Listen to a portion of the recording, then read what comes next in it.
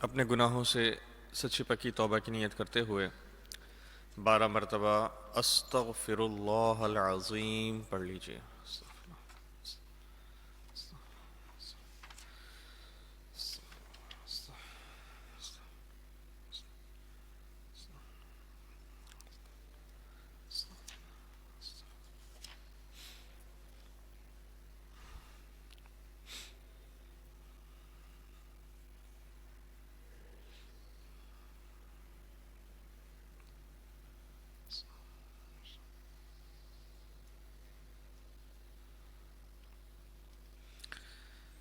نحمده ونصلي ونسلم على رسوله الكريم اما بعد فاعوذ بالله من الشيطان الرجيم بسم الله الرحمن الرحيم ان الله وملائكته يصلون على النبي يا ايها الذين آمنوا صلوا عليه وسلموا تسليما اللهم صل على سيدنا ومولانا محمد وعلى آل سيدنا ومولانا محمد مبارک وسلم۔ تمام سامعین کو میری طرف سے السلام علیکم ورحمۃ اللہ وبرکاتہ۔ آج سورہ فتح کے تیسرے رکوع سے ہم درس کا آغاز کریں گے۔ اللہ تبارک و تعالی ہماری آج کی اس حاضری کو اپنی بارگاہ کے اندر قبول و منظور فرمائیں۔ لقد بے شک رضی اللہ اللہ تبارک و تعالی راضی ہوا عن المؤمنین مؤمنوں سے اذ یبایعونک جب مؤمنوں نے بیعت کی تحت الشجرۃ درخت کے نیچے فعلم ما فی قلوبہم تو اللہ تبارک و تعالی نے جانا جو ان کے دلوں میں ہے فانزل السکینۃ علیہم تو ان پر اطمینان کو اللہ تبارک و تعالی نے اتارا وَأَثَابَهُمْ فَتْحًا قَرِيبًا اور جلد آنے والی فتح کا انہیں انعام عطا فرمایا۔ بیعت رضوان حدیبیہ کے مقام پر حضور علیہ الصلاۃ والسلام اپنے اصحاب کو لے کر مکہ مکرمہ کی طرف روانہ ہوئے عمرے کی نیت سے۔ نیت یہ تھی کہ عمرہ ادا کریں گے۔ خواب میں اللہ تبارک و تعالی نے آپ کو دکھایا تھا کہ آپ عمرہ ادا کر رہے ہیں، تو آپ اسی ارادے سے مکہ مکرمہ کی طرف چلے۔ آپ کے ساتھ اصحاب تھے، مختلف روایات ہیں، 1400 1300 1200 ایک کثیر تعداد تھی۔ جب حدیبیہ کے مقام پر پہنچے تو آپ نے ارادہ فرمایا کہ مکہ مکرمہ والوں کو خبر دی جائے کہ ہم عمرے کے ارادے سے آ رہے ہیں، اس کے علاوہ کوئی مقصد نہیں۔ مکہ مکرمہ والوں کو جب یہ پتہ چلا، کفار مکہ کو، کہ مسلمان ایک بڑی تعداد میں شہر کے باہر موجود ہیں، حدیبیہ کے مقام پر قریبی مقام ہے اور اتنی بڑی تعداد ہے، اگر انہوں نے تلواریں نکالنی تو ہمیں ایک مشکل کا سامنا کرنا پڑ سکتا ہے، تو انہوں نے مکہ مکرمہ کے کفار نے کچھ لوگوں کو بھیجا یہ دیکھنے کے لیے کہ جاؤ مسلمانوں کو دیکھ کر آؤ کہ کس ارادے سے آئے ہیں۔ تو جب وہ قاصدین آئے، دیکھا تو مسلمان تو اپنے بکریوں کے ریوڑوں کے ساتھ تھے اور احرام موجود تھے ان کے پاس، کوئی تیر کمان کوئی تلوار کوئی ایسی چیز موجود نہ تھی سوائے جو ضرورت کی ہوتی۔ جب ایک قافلہ چلتا ہے تو ایک دو لوگ ایسے ہوتے ہیں کہ جن کو ہتھیار دیا جاتا ہے تاکہ اللہ نہ کرے کوئی جانور کوئی ایسا حملہ ہو، کوئی چور آ جائیں تو ان سے نپٹنے کے لیے ایک دو لوگ 3 لوگوں کے پاس اسلحہ ہوتا تھا، پوری جماعت کے پاس نہیں ہوتا تھا۔ جبکہ جنگ ہوتی ہے تو پوری جماعت کے پاس اسلحے ہوتے ہیں، تو دیکھا کہ ضرورت سے زیادہ ان کے پاس اسلحہ بھی نہیں، نہ زریں ہیں، جبکہ احرام بھی ان کے پاس موجود ہیں۔ انہوں نے مکہ آ کر واپس اپنے کفار کو یہ خبر دی کہ ایسا ایسا معاملہ ہے۔ جب قاصدین ان کے پاس سے چلے گئے تو یہاں سے حضور علیہ الصلوۃ والسلام نے بھی ارادہ فرمایا کہ مکہ مکرمہ والوں کو اطلاع دینے کے لیے ہمارے پاس سے بھی کوئی قاصد جائے کہ جو وہاں جا کر بتائے کہ ہم کس نیت سے آئے ہیں۔ اس کے لیے حضرت عثمان غنی رضی اللہ تعالیٰ عنہ کا انتخاب ہوا۔ روایت میں یوں بھی آیا، ایک تفسیر میں یوں بھی آیا کہ سب سے پہلے حضور علیہ الصلوۃ والسلام نے حضرت عمر رضی اللہ تعالیٰ عنہ کو بلایا، اور حضرت عمر رضی اللہ تعالیٰ عنہ کو بلا کر ارشاد فرمایا کہ آپ ہماری طرف سے جائیے اور کفار مکہ کو بتائیے۔ حضرت عمر رضی اللہ تعالیٰ عنہ نے یہ عرض کی، یا رسول اللہ،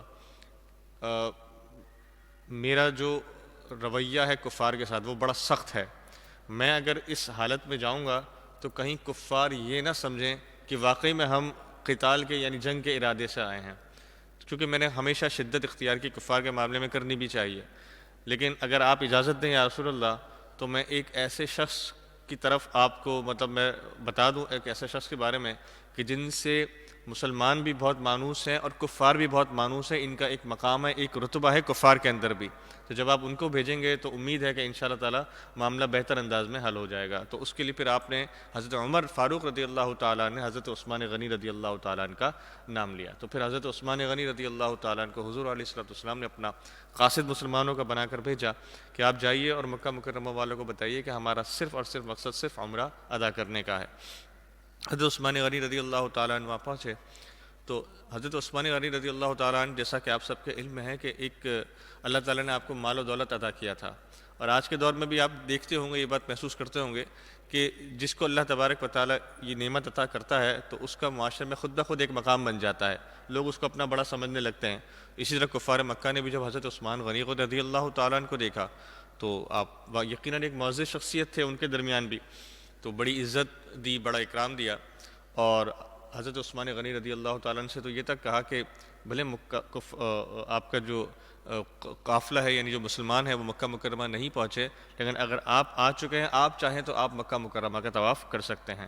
لیکن حضرت عثمان غنی رضی اللہ تعالیٰ عنہ نے یہ کہہ کر انکار کر دیا کہ میں قافلے کے ساتھ آیا ہوں اور میں اپنے جو امام ہیں، ہمارے جو نبی ہیں رسول اللہ صلی اللہ تعالیٰ علیہ وآلہ وسلم، میں ان کے علاوہ یعنی ان کے بغیر میں کبھی بھی ایسا نہیں کر سکتا کہ خانہ کعبہ کا طواف کر لوں۔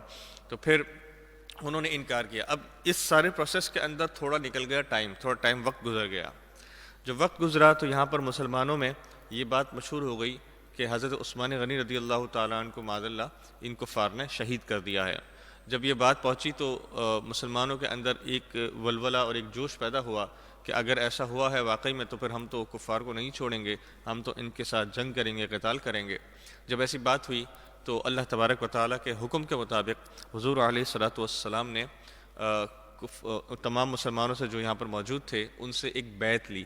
بیعت اس بات کی لی کہ وہ ہمیشہ اس دین پر قائم رہیں گے، ہمیشہ دین کی سربلندی کے لیے اللہ تبارک و تعالیٰ کی راہ میں جب جب انہیں بلایا جائے گا وہ جنگ کے لیے تیار رہیں گے، اللہ تبارک و تعالیٰ کی نافرمانی نہیں کریں گے۔ ان ساری باتوں پر اس وقت ایک بیعت لی حضور علیہ الصلوۃ والسلام نے تمام صحابہ سے جو اس وقت موجود تھے، 1200 1300 1400 جو روایت کے مطابق، اور وہ بیعت لی۔ اس بیعت کو بیعت رضوان قرار دیا گیا۔ رضوان بیسیکلی رضا سے لفظ نکلا ہے، خوشنودی سے، رضامندی سے۔ تو بزرگوں نے یہ فرمایا کہ جو بھی اس وقت بیعت کے اندر موجود تھا اللہ تبارک و تعالیٰ ان سب کو جنت کے اندر داخلہ عطا فرمائے گا، یعنی ان کے لیے اسی وقت یہ ڈن ہو گیا کہ انہوں نے تو جنت کے اندر جانا ہے دنیا کے اندر ہی، اسی لیے اس کو بیعت رضوان کا نام بھی دیا جاتا ہے۔ تو یہ سارا بیعت رضوان کا ایک مختصر سا آپ کی خدمت میں قصہ پیش کیا۔ تو فرمایا اللہ تبارک و تعالیٰ نے کہ لقد رضی اللہ عن المؤمنین، بے شک اللہ تبارک و تعالیٰ راضی ہوا مؤمنین سے، اذ یبایعونک، جب انہوں نے بیعت کی، تحت الشجرۃ، درخت کے نیچے، فعلم ما فی قلوبہم، تاکہ اللہ تبارک و تعالیٰ پہچان کرا دے ان کے جو دلوں میں ہے، فانزل السکینۃ علیہم، اور ان پر سکینے کو نازل فرمایا، سکون کو نازل فرمایا، واثابہم فتحا قریبا، اور ایک جلد آنے والی فتح کا انہیں انعام عطا فرمایا، ومغانم کثیرۃ یأخذونها، اور بہت سی غنیمتیں جن کو وہ لے لیں، وکان اللہ عزیزا حکیما، اللہ تبارک و تعالیٰ عزت والا حکمت والا ہے۔ فتحا قریبا، جو پچھلی آیت میں لفظ سنا قریب آنے والی فتح، تو قریب آنے والی فتح سے فتح مکہ مراد ہے، یہ کہ صلح حدیبیہ کے ٹھیک 1 سال بعد اللہ تبارک و تعالیٰ نے مسلمانوں کو فتح مکہ کا تحفہ عطا فرمایا۔ صلح حدیبیہ کے اندر جو شرائط تھیں وہ بظاہر تو مسلمانوں کے حق میں کم اور کفار کے حق میں زیادہ نظر آتی تھی، اور بہت سارے مسلمان اس وقت ایسے بھی تھے جو جب یہ صلح ہو رہی تھی تو ان کے ذہن میں یہ مطلب ایک سوال تھا کہ یہ جو صلح کی جا رہی ہے جو کہ مسلمانوں کے حق میں کم نظر آ رہی ہے تو اس سے شاید مسلمانوں کو نقصان ہو، لیکن چونکہ اللہ تبارک و تعالیٰ کی حکمت تھی، مصلحت تھی، جب یہ صلح ہو گئی تو 1 سال کے اندر اللہ تبارک و تعالیٰ نے مکہ کی فتح یا مسلمانوں کو عطا فرمائی۔ اس کی ایک شرط ایسی تھی کہ جس شرط کے بیس پر فتح مکہ کا ایک بہت بڑا ریزن پیدا ہوا۔ صلح حدیبیہ کی ایک شرط یہ تھی کہ اگر کوئی کافر مکہ سے بھاگ کر مسلمانوں کے پاس مدینہ آئے گا تو مسلمان اسے ایکسیپٹ نہیں کریں گے، واپس مکہ بھیج دیں گے۔ حالانکہ اگر مدینہ سے کوئی شخص نکل کر مکہ مکرمہ چلے جائے کافروں کے پاس تو کافر اسے واپس نہیں کریں گے، اپنے پاس رکھ لیں گے۔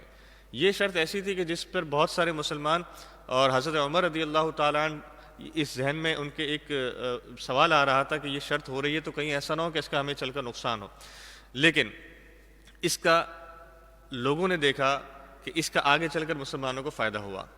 اب ہوا کیا کہ مدینے سے تو کسی نے بھاگ کر کافروں کے پاس جانا نہیں تھا، یہاں پر وہ حضور علیہ السلام کی خدمت میں موجود تھے، یہ وہ دربار تھا جس کو چھوڑ کر کون دوسرے دربار میں جائے گا، اب سب حضور کی خدمت میں موجود تھے۔ اس کے مقابلے میں کفار کے پاس جو لوگ تھے، خاص طور پر ان کے جو غلام تھے، جو اندرونی طور پر مسلمان ہو چکے تھے لیکن وہ ظاہر نہیں کر پاتے تھے کیونکہ انہیں اپنے اوپر ظلم کا اندیشہ تھا، تو انہوں نے اپنے اندر وہ بات چھپا کے رکھی تھی کہ ہم اسلام لے آئے ہیں۔ اب ہوا کیا کہ انہوں نے دیکھا کہ مسلمان تو مدینہ چلے گئے، اب صلح بھی ہو گئی، اب تو ہمارے لیے اب ہم کیا کریں، تو انہوں نے پھر کیا کیا، بھاگنے کی کوشش کی۔ ایک غلام بھاگے وہاں سے واپس مکہ سے اور مدینہ منورہ پہنچے۔ جب مدینہ پہنچے حضور علیہ السلام نے معذرت کی کہ بھائی ابھی صلح کا وقت ہے، ہم نہیں آپ کو رکھ سکتے۔ تو ہوا کیا کہ وہ جو ہے نا مکہ مکرمہ واپس نہیں گئے کیونکہ انہیں معلوم ہے اب میں اگر واپس گیا تو میری تو خیر نہیں ہے، جو میرا مالک ہے وہ تو مجھ پر ظلم کرے گا۔ تو انہوں نے کیا کیا کہ مدینہ سے کچھ دور فاصلے پر پڑاؤ ڈال لیا، وہاں پر خیمہ شیمہ لگا لیا، وہاں رہنا شروع ہو گیا۔ پھر مکہ مکرمہ سے دوسرے غلام بھاگ کر آنا شروع ہوئے، دوسرے مسلمان آنا شروع ہوئے۔ آتے آتے کیا ہوا کہ مدینہ منورہ کے باہر ایک اچھی خاصی تعداد مسلمانوں کی جمع ہو گئی کہ جو مدینہ میں داخل نہیں ہو سکتے تھے اس صلح کی وجہ سے، لیکن وہ مکہ مکرمہ واپسی بھی نہیں گئے، تو وہاں پر ایک بہت بڑی تعداد مسلمانوں کی جمع ہو گئی۔ اب اس جمع ہونے سے کیا ہوا کہ جب کفار کو پھر پتہ لگا کہ ہمارے لوگ بھاگ رہے ہیں، اچھا مدینہ بھی نہیں جا رہے کیونکہ مدینہ جب انہوں نے اپنے لوگ بھیجے، جاسوس بھیجے کہ معلوم کرو یہ جو ہمارے بھاگے ہوئے لوگ ہیں کہاں ہیں، تو مدینہ میں موجود نظر نہ آئے۔ اب جب مدینہ سے باہر ان کو ایک بستی نظر آئی، وہ پوری ایک بستی سی بن گئی تھی، جب ایک بستی نظر آئی دیکھا تو وہ سارے بھاگے ہوئے لوگ وہاں پر موجود تھے۔ اب کفار اور پریشان ہوئے۔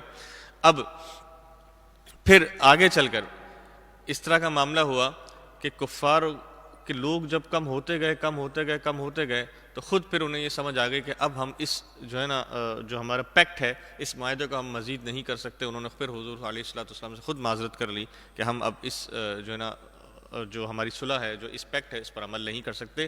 اور جب یہ ختم ہوا تو اس کے بعد پھر اللہ تبارک و تعالیٰ نے فوراً بعد مسلمانوں کو فتح مکہ عطا فرمائی۔ تو فرمایا وَكَانَ اللَّهُ عَزِيزًا حَكِيمًا، اللہ تبارک و تعالیٰ عزت والا، حکمت والا ہے۔ ہوتا یہ تھا کہ جو لوگ بستی مکہ مکرمہ کے مدینہ منورہ کے باہر جو بستی بن گئی تھی، یہ ایک ایسا رستہ تھا کہ یہ ملک شام وغیرہ سے جو قافلے آتے تھے مدینہ منورہ کی طرف اور باہر ملکوں سے جو قافلے آتے تھے مکہ مکرمہ جانے کے لیے، جو کفار کے قافلے ہوتے تھے، یہ جو بستی کے لوگ تھے جو کہ مکہ سے بھاگے ہوئے تھے لیکن مدینہ میں داخل نہیں ہو سکتے تھے، یہ جتنے قافلے باہر سے مکہ مکرمہ کی طرف جا رہے ہوتے تھے، یعنی جس میں کفار کا مال ہوتا تھا، یہ ان قافلوں کو لوٹ لیا کرتے تھے۔ اب ان تجارتی نقصان، ان کی جو ہے نا اکنامی سارے بیٹھنا شروع ہو گئی، مکہ مکرمہ کے پاس سامان تجارت ختم ہو گیا، سامان تجارت ختم تو اس کا مطلب پیسہ ختم، جب پیسہ ختم تو طاقت ختم، تو اتنا لوٹتے گئے، اتنے قافلے لوٹے کہ یہ جو بستی والے تھے یہ سامان لوٹ کے یہ اب مستحکم ہونا شروع ہو گئے۔ تو اس کی وجہ سے بھی ایک بہت بڑا ایفیکٹ ہوا کہ کافر جو تھے وہ اس صلح کو توڑنے پر آمادہ ہو گئے۔ فرمایا وَعَدَكُمُ اللَّهُ مَغَانِمَ كَثِيرَةً، اللہ تبارک و تعالیٰ نے، یہ ترجمہ سنیے گا تو آپ تو اس واقعے کا لنک سمجھ آئے گا۔ فرمایا وَعَدَكُمُ اللَّهُ مَغَانِمَ كَثِيرَةً، اللہ تبارک و تعالیٰ نے تم سے وعدہ فرمایا بہت ساری غنیمتوں کا. یہ جو لوٹا ہوا مال ہوتا ہے اس کو مال غنیمت بھی کہا جاتا ہے. فرمایا اللہ تبارک و تعالیٰ نے تم سے بہت ساری غنیمتوں کا وعدہ فرمایا, تأخذونہا جسے تم لے لوگے, فعجل لکم ہذہ تمہیں یہ جلد عطا فرمایا اللہ نے, وکف ایدی الناس عنکم اور لوگوں کے ہاتھ تم سے روک دیے, وَلِتَكُونَ آیَةً لِلْمُؤْمِنِينَ اور اس لیے کہ ایمان والوں کے لیے نشانی ہو جائے, وَيَهْدِيَكُمْ صِرَاطًا مُسْتَقِيمًا اور اللہ تبارک و تعالیٰ تمہیں سیدھی راہ دکھائے, وَأُخْرَى لَمْ تَقْدِرُوا عَلَيْهَا اور ایک اور جو تمہاری طاقت کے اندر معاملہ نہ تھا, قَدْ أَحَاطَ اللَّهُ بِهَا لیکن اللہ تبارک و تعالیٰ کے قبضہ قدرت میں وہ یقیناً تھا. یعنی خیبر کی فتح اور اس کے علاوہ دوسرے علاقوں کی فتح وہ بھی اللہ تبارک و تعالیٰ کی طرف سے ہی عطا تھی. وَكَانَ اللَّهُ عَلَىٰ كُلِّ شَيْءٍ قَدِيرًا اللہ تبارک و تعالیٰ ہر چاہت پر قادر ہے. وَلَوْ قَاتَلَكُمُ الَّذِينَ كَفَرُوا اور اگر کافر تم سے لڑیں, لَوَلَّوُا الْأَدْبَارَ تو ضرور تمہارے مقابلے سے وہ پیٹ پھیر کر بھاگیں گے, ثُمَّ لَا يَجِدُونَ وَلِيًّا وَلَا نَصِيرًا اور پھر نہ کوئی حمایتی پائیں گے اور نہ ہی کوئی مددگار پائیں گے. سنت اللہ یہ اللہ تبارک و تعالیٰ کا طریقہ ہے, اللہ کا دستور ہے, قد خلت من قبل اس سے پہلے سے چلا آ رہا ہے.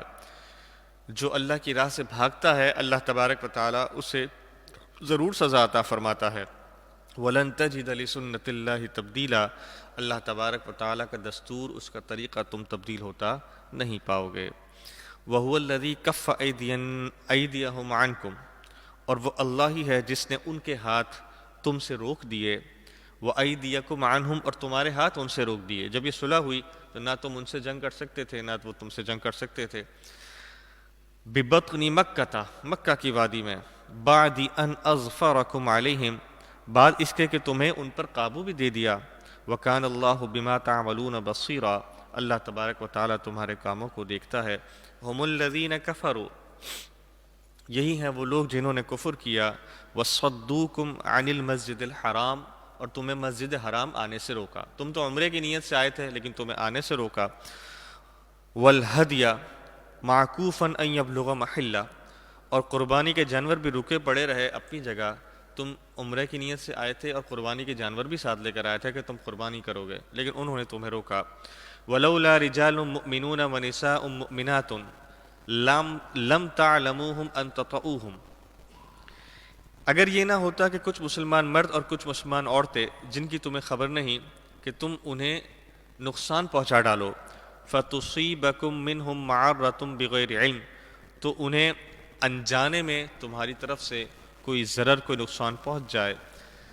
لیدخل اللہ فی رحمتہ من یشاء اللہ تبارک و تعالی جسے چاہتا ہے اپنی رحمت میں داخل فرماتا ہے.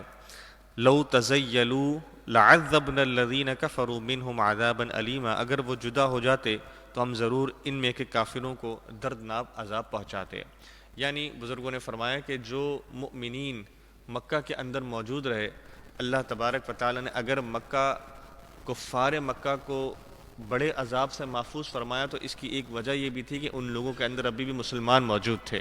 اگر وہ مسلمان موجود نہ ہوتے تو بزرگوں نے فرمایا اللہ تبارک و تعالیٰ ان کو ضرور عذاب عطا فرماتا. پھر بعد میں جب وقت آیا تو اللہ تبارک و تعالیٰ نے انہیں سزا بھی عطا فرمائی. اذ جعل الذین کفروا فی قلوبہم الحمیہ حمیۃ الجاہلیہ فرمایا جب کافروں نے اپنے دلوں میں ایک ضد رکھی, وہی زمانہ جاہلیت کی ضد. یہ ضد کیا تھی؟ نہیں ہم آپ کو داخل نہیں ہونے دیں گے, آپ عمرہ نہیں کر سکتے, یہ ضد تھی. فانزل اللہ سکینتہ علی رسولہ اللہ تبارک و تعالیٰ نے اپنے رسول پر سکون کو اطمینان کو نازل فرمایا. وعلی المؤمنین اور مؤمنوں پر بھی. والزمہم کلمۃ التقوی اور ان پر پرہیزگاری کا کلمہ لازم فرمایا. وکانوا احق بہا واہلہا اور وہ کلمے اور وہ تقوی اور پرہیزگاری والے کلمے کے زیادہ حقدار تھے. یعنی ان کو یہ تلقین کی گئی کہ ابھی جہاد کی بات نہیں کرنی, کیونکہ کچھ صحابہ کو جوش آ رہا تھا. حضرت عثمان غنی رضی اللہ تعالیٰ عنہ کی جب شہادت کی بات سنی تو وہ جوش میں بھی آ رہے تھے, لیکن اللہ تعالیٰ نے فرمایا ابھی تقوی کا کلمہ اختیار کرنا ہے. وکان اللہ بکل شیء علیما اللہ تبارک و تعالیٰ سب کچھ جانتا ہے. لقد صدق اللہ رسولہ الرؤیا بالحق اب خواب میں تو حضور علیہ الصلوۃ والسلام نے دیکھا تھا کہ آپ عمرہ ادا کر رہے ہیں، جبکہ جب آپ تشریف لے گئے تو آپ عمرہ تو ادا نہ کر سکے، اور خواب بھی دیکھا تھا، خواب بھی پورا کرنا تھا۔ تو اگلے سال جب اللہ تبارک و تعالیٰ نے فتح مکہ عطا فرمائی تو آپ علیہ الصلوۃ والسلام نے عمرہ بھی ادا فرمایا اور اس کے بعد حج بھی ادا فرمایا۔ تو فرمایا کہ لقد صدق اللہ رسولہ الرؤیا بالحق، ایسا نہیں کہ وہ خواب کمپلیٹ نہیں ہوا، اللہ تبارک و تعالیٰ نے بے شک اپنے رسول کا خواب سچ فرمایا۔ لتدخلن المسجد الحرام، بے شک آپ ضرور مسجد حرام میں داخل ہوں گے، انشاءاللہ اگر اللہ تعالیٰ نے چاہا، آمینین، امن کے ساتھ داخل ہوں گے۔ اگر ابھی قتال کر بھی لیتے تو ابھی قتال ہوتا، جنگ ہوتی، جانی نقصان بھی ہوتا، مالی نقصان بھی ہوتا۔ فتح مکہ کے موقع پر کچھ ایک قطرہ خون کا نہیں بہا اللہ تبارک و تعالیٰ نے مکہ کی فتح مسلمانوں کو عطا فرمائی۔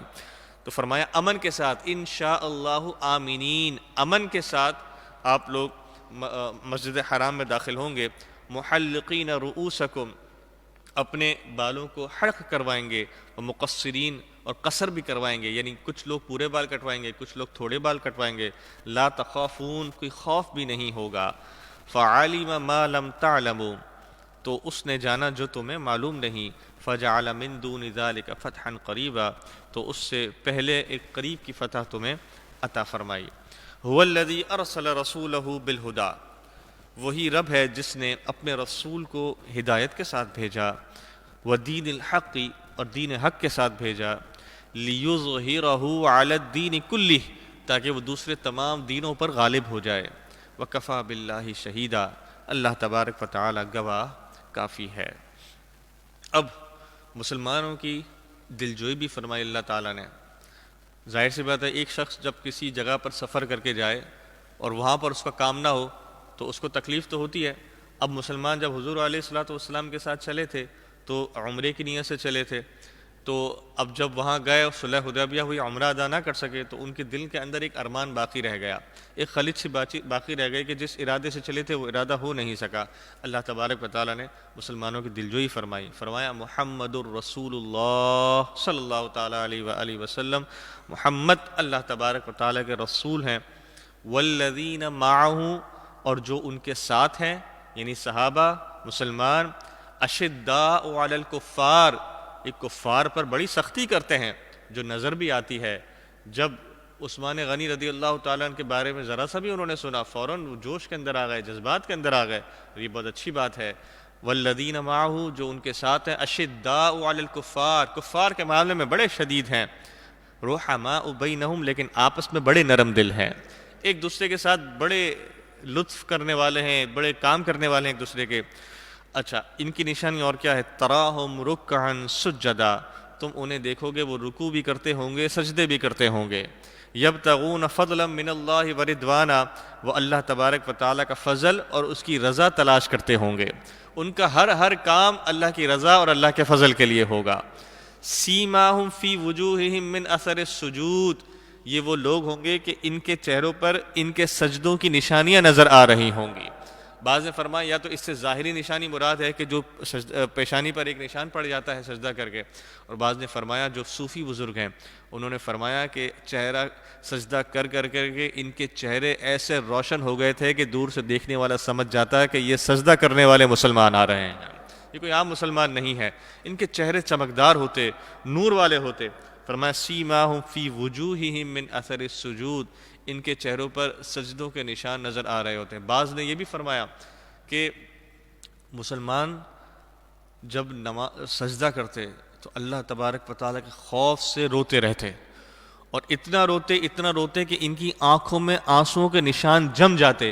تو بزرگوں نے فرمایا کہ یہ ان نشانوں کی بات ہو رہی ہے کہ جو اللہ کے خوف سے بہے ہوئے آنسو ان کے آنکھوں میں جم گئے ہیں۔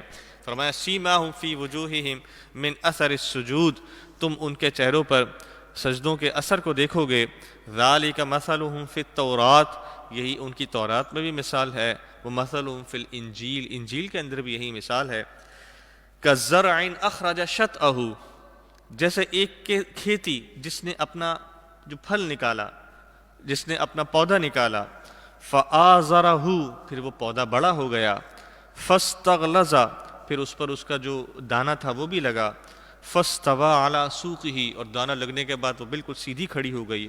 یعجب الزراع، جب ایک کسان محنت کرتا ہے محنت کرتا ہے محنت کرتا ہے، اس کی کھیتی جب کھڑی ہو جاتی ہے، اس پہ دانہ لگ جاتا ہے، کٹائی کا وقت آتا ہے تو اس کو بڑی خوشی ہوتی ہے کہ جو میں نے محنت کی تھی اس کا پھل آج مجھے ملنے والا ہے۔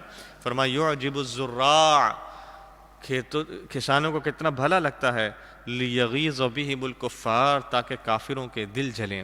فرمایا جو مسلمانوں کو اللہ تبارک و تعالیٰ نے یہ جاہ و جلال عطا فرمایا، ان کے چہروں پر رونق عطا فرمائی، یہ اس لیے تھی کہ انہوں نے محنت کی تھی، قربانیاں دی تھی، ان کی قربانیوں کا پھل بھی انہیں ملے اور کفار بھی ان کو دیکھ کر جلتے رہیں۔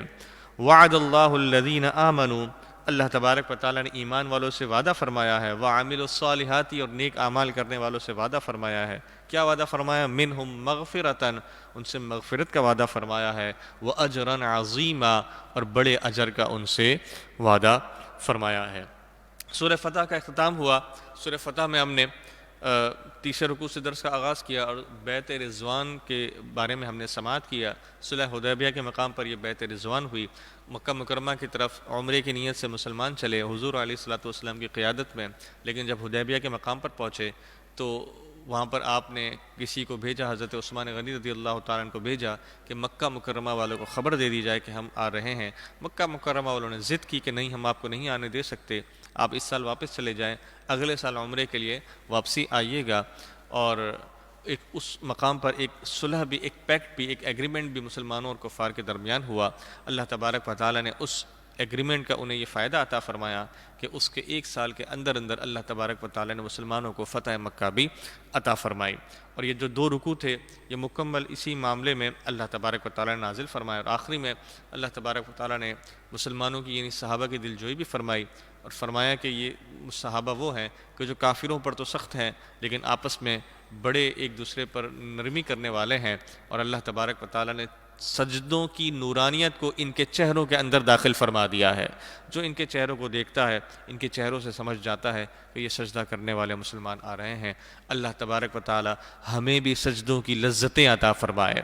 اللہ تبارک و تعالی ہمیں بھی صحیح معنوں میں سجدے میں سر جھکانے کی توفیق عطا فرمائے۔ سورہ فتح کا اختتام ہوا، اب ہم سورہ حجرات کا آغاز کریں گے۔ ایک مرتبہ آواز بلند درود پاک پڑھ لیجئے، اللہم صلی علی سیدنا۔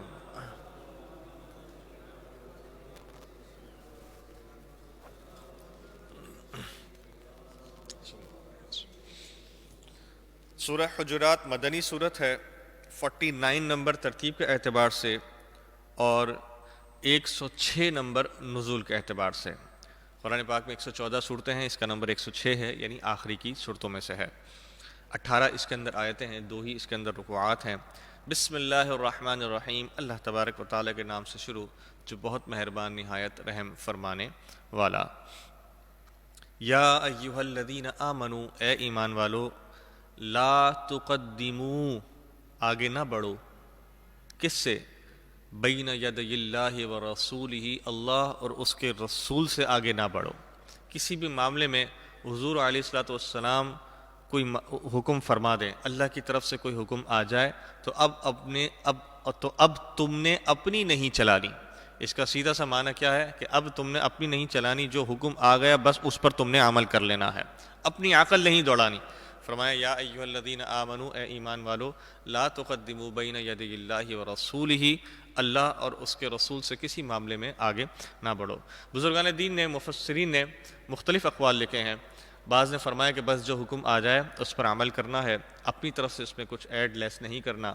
بعض نے فرمایا کہ کچھ مسلمان ایسا ہوتے تھے کہ جو بار بار سوال کیا کرتے تھے، تو ان کو بھی فرمایا گیا کہ بار بار سوال نہ کرو، جب حکم آنا ہوگا اللہ تبارک و تعالی وقت مقررہ پر اس حکم کو نازل فرما دے گا۔ تم سوال کر لو گے، تمہارے سوال کرنے کی وجہ سے ہو سکتا ہے کہ حکم کوئی ایسا نازل ہو جائے کہ جس پر تو عمل کرنے کے لیے تمہیں مشکل ہو۔ فرمایا سوال نہ کرو، جب حکم ہوگا خود ہی نازل ہو جائے گا۔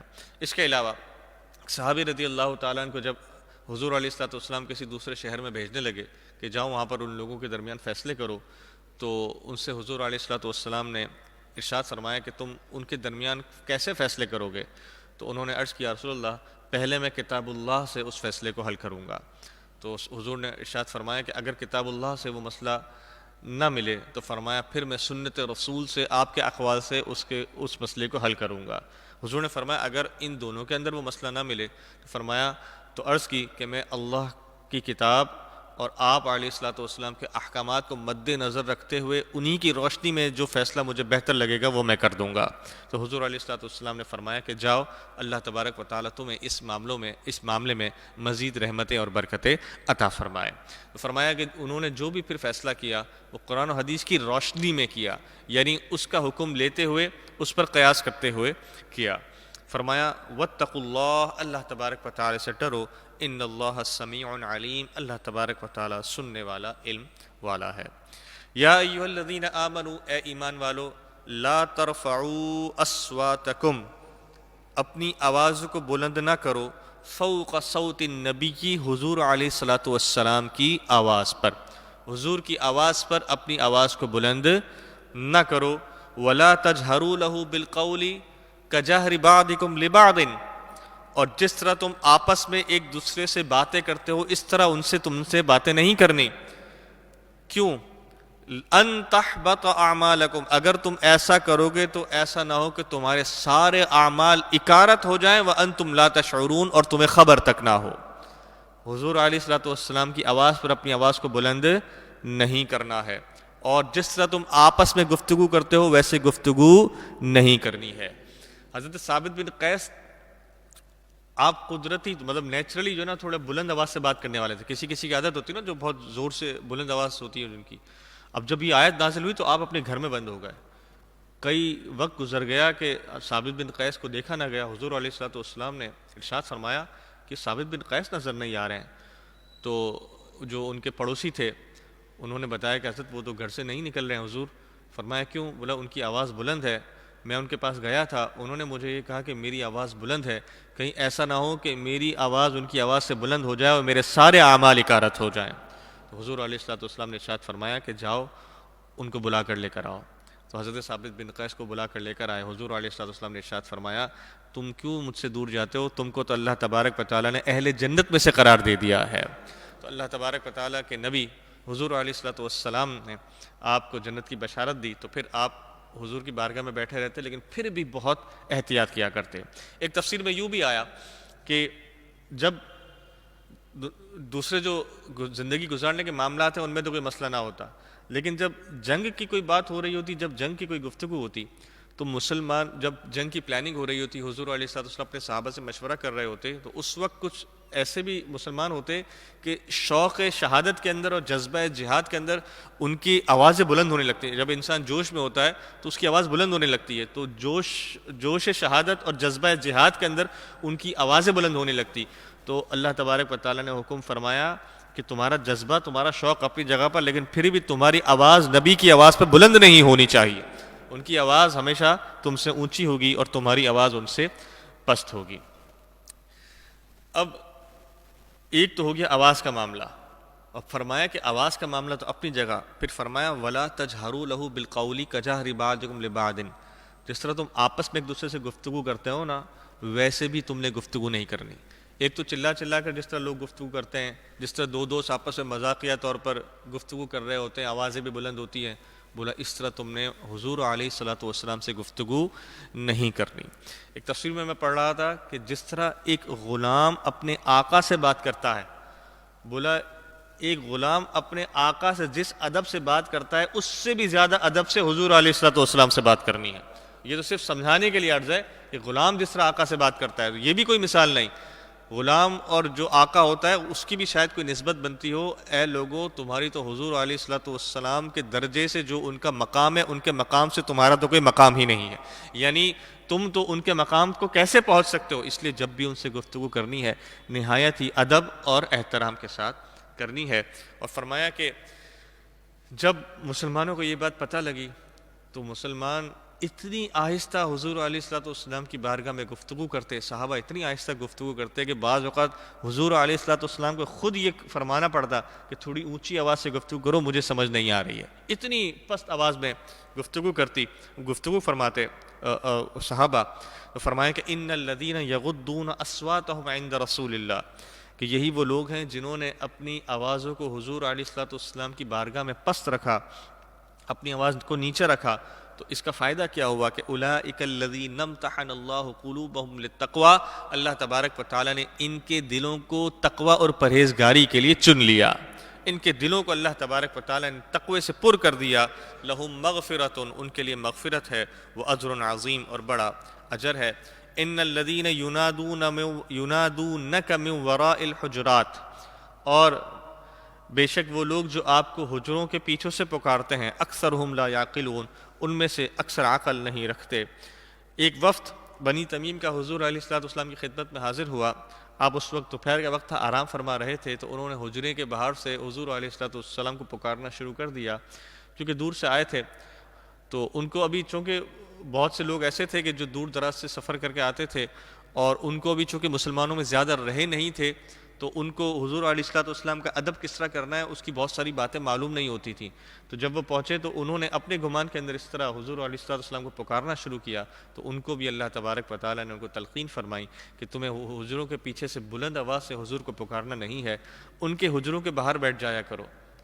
اس آیت کے بعد اللہ تبارک و تعالیٰ کے اس حکم کے نازل ہونے کے بعد جو صحابہ تھے ان کا معمول یہ تھا کہ وہ حضور علیہ السلام کے حجروں کے باہر بیٹھ جایا کرتے، کوئی کام ہوتا تو آواز نہیں دیا کرتے، بیٹھ جاتے، یہاں تک کہ بعض اوقات آدھا دن گزر جاتا وہ حضور کے حجروں کے باہر بیٹھے رہتے لیکن اندر آواز نہیں دیتے۔ حضور جب خود باہر تشریف لاتے تو پھر وہ آپ سے اپنے مسئلے کو عرض کر لیا کرتے۔ فرمایا من وراء الحجرات، حجروں کے پیچھے سے وہ لوگ پکارتے ہیں، اکثرہم لا یعقلون، ان میں سے اکثر کو علم نہیں ہے، ولو انہم صبروا، اگر وہ صبر کرتے، حتی تخرج الیہم، یہاں تک کہ حضور خود ان پر تشریف لے آتے، لکان خیر لہم، تو وہ ان کے لیے بہتر ہوتا، واللہ غفور الرحیم، اللہ تبارک و تعالی بخشنے والا، رحم فرمانے والا ہے۔ یا ایھا الذین آمنوا، بڑی زبردست بات، سیکھنے والی بات، فرمایا یا ایھا الذین آمنوا، اے ایمان والو، ان جاءکم فاسق بنبأ، جب کوئی فاسق تمہارے پاس کوئی خبر لے کر آئے، فتبینوا، تو اس خبر کی تحقیق ضرور کر لو، ان تصیبوا قوما بجہالۃ، ایسا نہ ہو کہ تم کسی قوم کو بیجا مصیبت، کسی قوم کو بیجا تکلیف پہنچا دو، فتصبحوا علی ما فعلتم نادمین، تو پھر اپنے اس کیے پر تم پچھتاتے رہ جاؤ۔ جب تمہارے پاس کوئی خبر کوئی لے کر آئے، جب تمہیں کوئی بات بتائے، اس پر فوراً یقین نہیں کرنا ہے، کان کا کچا نہیں بننا ہے کہ جو کہہ دیا بس سن لیا، یقین کر لیا، ایسا نہیں، پہلے اس خبر کی تحقیق کر لو۔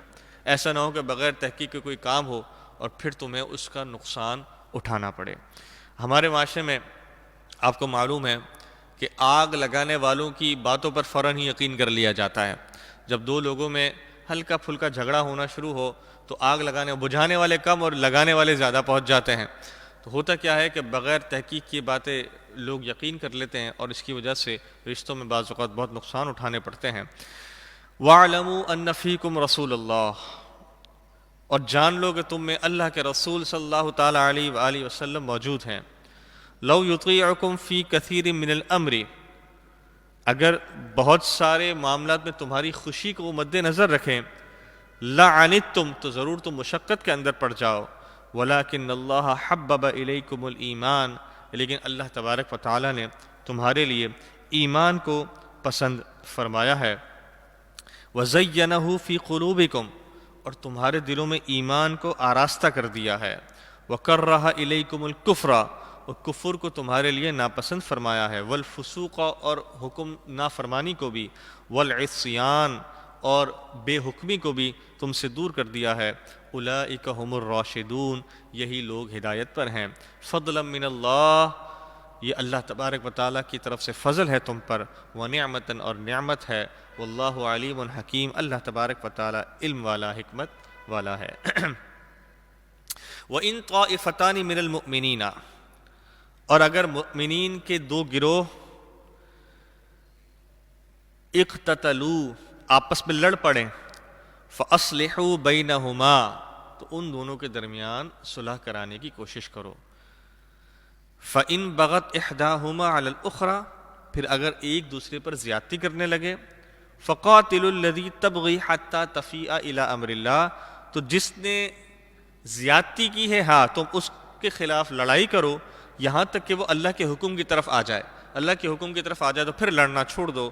فَإِن فَاءَتْ اگر وہ پلٹ آئے فَأَصْلِحُوا تو پھر ان دونوں کے درمیان اصلاح کراؤ، فَأَصْلِحُوا بَيْنَهُمَا بِالْعَدْلِ انصاف کے ساتھ، وَأَقْسِطُوا اور انصاف کرو، إِنَّ اللَّهَ يُحِبُّ الْمُقْسِطِينَ اللہ تبارک و تعالی انصاف کرنے والوں کو پسند فرماتا ہے۔ یہاں پر واضح طور پر حکم ہے کہ جب بھی دو گروہوں کے درمیان فیصلہ کیا جائے تو وہ انصاف کے ساتھ اور عدل کے ساتھ فیصلہ کیا جائے، چاہے وہ انفرادی لیول پر ہو یہ چاہے وہ کورٹ کے لیول پر ہو، جسٹس کے لیول پر ہو۔ فرمایا جب بھی انصاف ہو، جب بھی فیصلہ ہو تو انصاف کے ساتھ فیصلہ ہو، ایسا فیصلہ ہو جس میں کسی کو کوئی نقصان نہ پہنچے۔ یہاں پر بزرگ جو ہمارے کرنٹ زمانے کے جو علماء کرام ہیں وہ فرماتے ہیں کہ اس آیت سے یہ پتہ لگا کہ جو ملک کا عدلیہ کا نظام ہوتا ہے وہ اس ملک کے لیے ریڑھ کی ہڈی کی حیثیت رکھتا ہے، کہ جب بھی کوئی معاملہ کوئی کورٹ میں کوئی کیس ان کے سامنے پیش ہو تو جب بھی وہ فیصلہ کریں اللہ تبارک و تعالی کی کتاب اور رسول اللہ صلی اللہ تعالیٰ علیہ وآلہ وسلم کی سنت کے مطابق ان معاملات کو، ان مسئلوں کو حل کریں۔ کسی بھی معاملے میں ان کی اپنی کوئی رائے کوئی حیثیت نہیں رکھتی، جب بھی فیصلہ ہوگا اللہ تبارک و تعالیٰ کی کتاب اور حضور علیہ الصلوۃ والسلام کی سنت کے مطابق فیصلہ ہوگا۔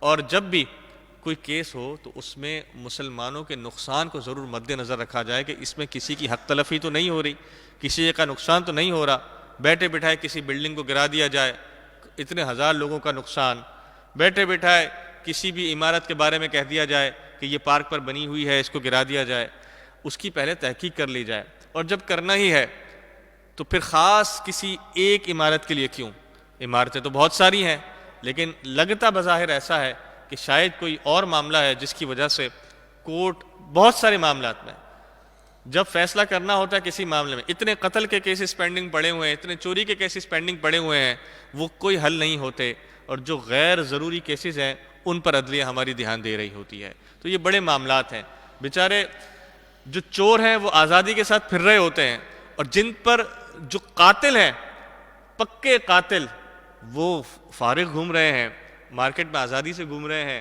انہیں ضمانت بھی مل جاتی ہے، اور جن پر صرف قتل کا کسی نے غلط الزام لگا دیا ہے وہ کئی سالوں تک جیلوں کے اندر سڑتے رہتے ہیں۔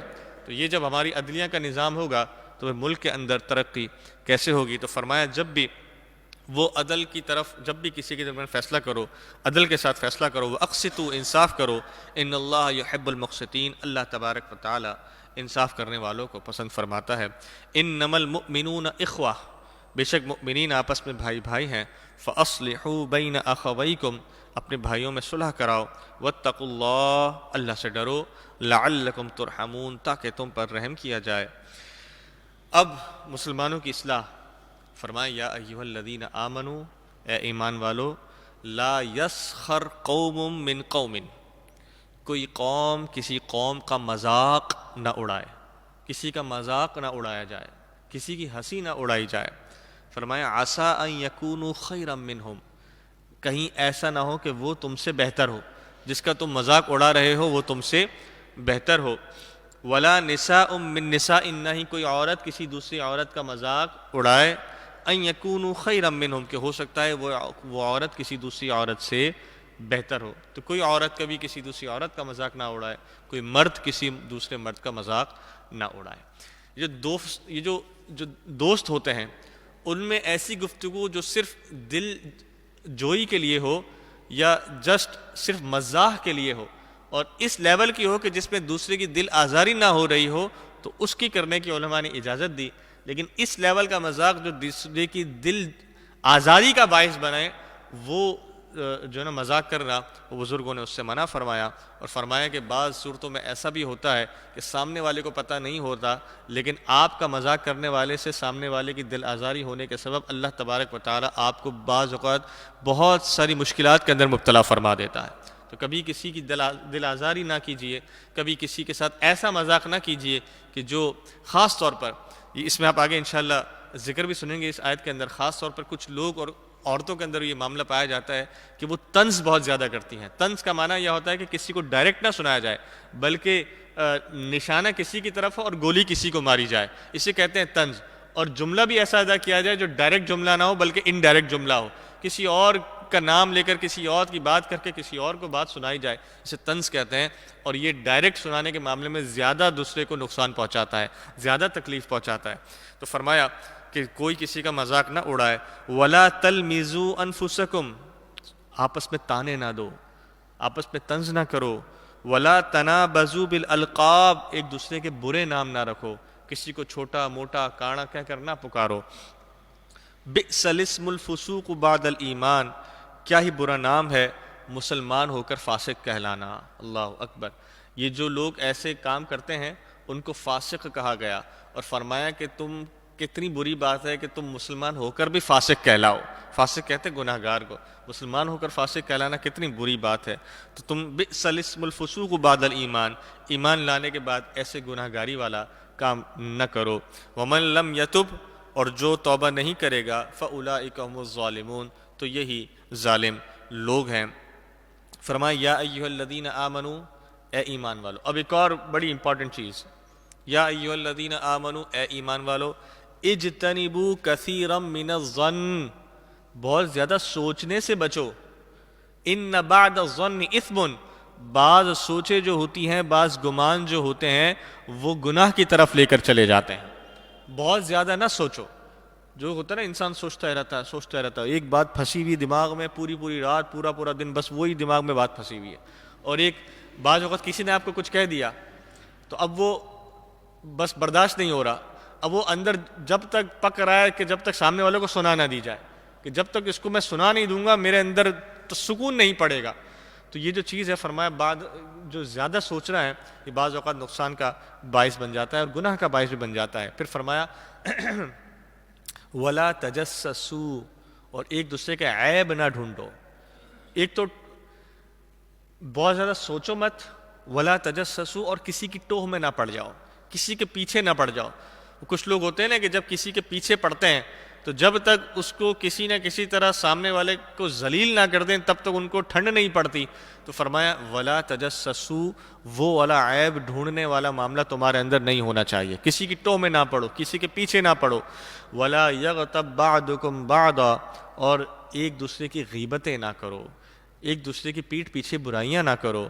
أَيُحِبُّ أَحَدُكُمْ، کیا تم میں سے کوئی شخص یہ پسند کرے گا ان یأکل لحم اخیہ، کہ اپنے مردار بھائی کا وہ گوشت کھائے، اس کو یہ اچھا لگے گا اپنے مردار بھائی کا گوشت کھائے؟ میتن، نہیں، فکرہتموہ، تمہیں یقیناً ناپسند ہوگا۔ یعنی اپنے مردار بھائی کا گوشت کھانا اس سے بھی زیادہ برا ہے کہ تم اپنے کسی زندہ بھائی کی پیٹھ پیچھے برائی کرو، یہ بہت زیادہ بری بات ہے۔ واتقوا اللہ، اللہ سے ڈرو، ان اللہ تواب الرحیم، اللہ تبارک و تعالی توبہ قبول کرنے والا، رحم فرمانے والا ہے۔ یا ایھا الناس، اے لوگو، انا خلقناکم من ذکر و انثی، بے شک ہم نے تمہیں مرد اور عورت پیدا کیا، ایک مرد ایک عورت جوڑے کے اندر۔ اب اس سے کیا ہوا کہ وجعلناکم شعوبا، اس سلسلے سے تمہاری شاخیں آگے بڑھیں، وقبائل، اور تمہارے قبیلے آگے بڑھے، تمہارے جو انسانی زندگی کا نسل کا سلسلہ تھا وہ آگے بڑھا، اور یہ جو قبیلے ہیں اور یہ جو شاخیں ہیں، یہ تمہاری جو نسلیں ہیں، یہ گورا ہونا، کالا ہونا، افریقی ہونا، امریکی ہونا، عربی ہونا، اجمی ہونا، یہ سب شعوب، یہ سب قبائل، فرمائیں کس لیے ہے؟ لِتَعَارَفُوا، یہ اس لیے ہے کہ تاکہ تم ایک دوسرے کی پہچان کر سکو، ایک دوسرے کی پہچان کر سکو۔ ہاں یہ شخص فلاں علاقے کا ہے، صرف پہچان کرا لے، ہاں یہ شخص فلاں قبیلے کا ہے، صرف پہچان کرانے کے لیے۔ اس میں کوئی بڑائی نہیں ہے، کوئی کمال نہیں ہے، اور نہ کوئی گھٹائی ہے، نہ اس میں کسی کی کوئی افضلیت ہے، نہ اس میں کسی کی کوئی ادنا ہے۔ فرمایا اللہ کے نزدیک اگر تم جاننا چاہتے ہو کہ اللہ کے نزدیک سب سے زیادہ مقام والا کون ہے، تو فرمایا ان اکرمکم عند اللہ اتقاکم، اللہ کے نزدیک سب سے زیادہ عزت والا وہی ہے جو تم میں سب سے زیادہ پرہیزگار ہے۔ جو جتنا پرہیزگار ہوگا اللہ کے نزدیک عزت والا وہی ہوگا۔ یہ سندھی، بلوچی، پٹھان، یہ سب الگ، صرف سب مل کر مسلمان ہیں، سب مل کر مسلمان ہیں، اور مسلمان جب مسلمان ہو جاتا ہے تو فرمایا انما المؤمنون اخوہ، جو آپ نے پچھلے رکوع میں بات سنی آخری میں کہ انما المؤمنون اخوہ، جب آپ مسلمان ہوں گے تو پھر سامنے والا مسلمان آپ کا بھائی ہوگا، قطع نظر اس کے کہ وہ کون سی زبان بولتا ہے، وہ کون سے علاقے میں رہتا ہے، وہ کون سے صوبے میں رہتا ہے، وہ کون سے ملک میں رہتا ہے۔ جب آپ مسلمان بولتے ہیں تو آپ کا اسپین بہت بڑا ہو جاتا ہے، آپ کا نظریہ بہت بڑا ہو جاتا ہے اور آپ سب کو اپنا بھائی سمجھتے ہیں۔ جب آپ قبائل پر، علاقے پر، زبان پر باتیں کرتے ہیں کہ میں پنجابی ہوں، میں سندھی ہوں، میں بلوچی ہوں، میں پٹھان ہوں، میں سرائکی ہوں، میں کشمیری ہوں، تو آپ اپنے آپ کو بہت چھوٹا کر لیتے ہیں، آپ کا جو لیول ہے وہ بہت چھوٹا ہو جاتا ہے۔ اللہ تبارک و تعالیٰ نے آپ کو بڑا لیول عطا فرمایا کہ آپ کو مسلمان بنایا، آپ کو اسلام عطا کیا۔ جب آپ مسلمان ہوں گے تو ہر پاکستانی بھی آپ کا بھائی ہے جو مسلمان ہے، ہر عربی بھی آپ کا بھائی ہے جو مسلمان ہے، ہر امریکی بھی آپ کا بھائی ہے جو مسلمان ہے۔ جو مسلمان ہوگا وہ آپ کا بھائی ہے کہ دنیا کے جس خطے میں رہتے ہو، جب آپ مسلمان اپنے آپ کو کہیں گے تو وہ آپ کا بھائی ہوگا اور آپ اس کے بھائی ہوں گے۔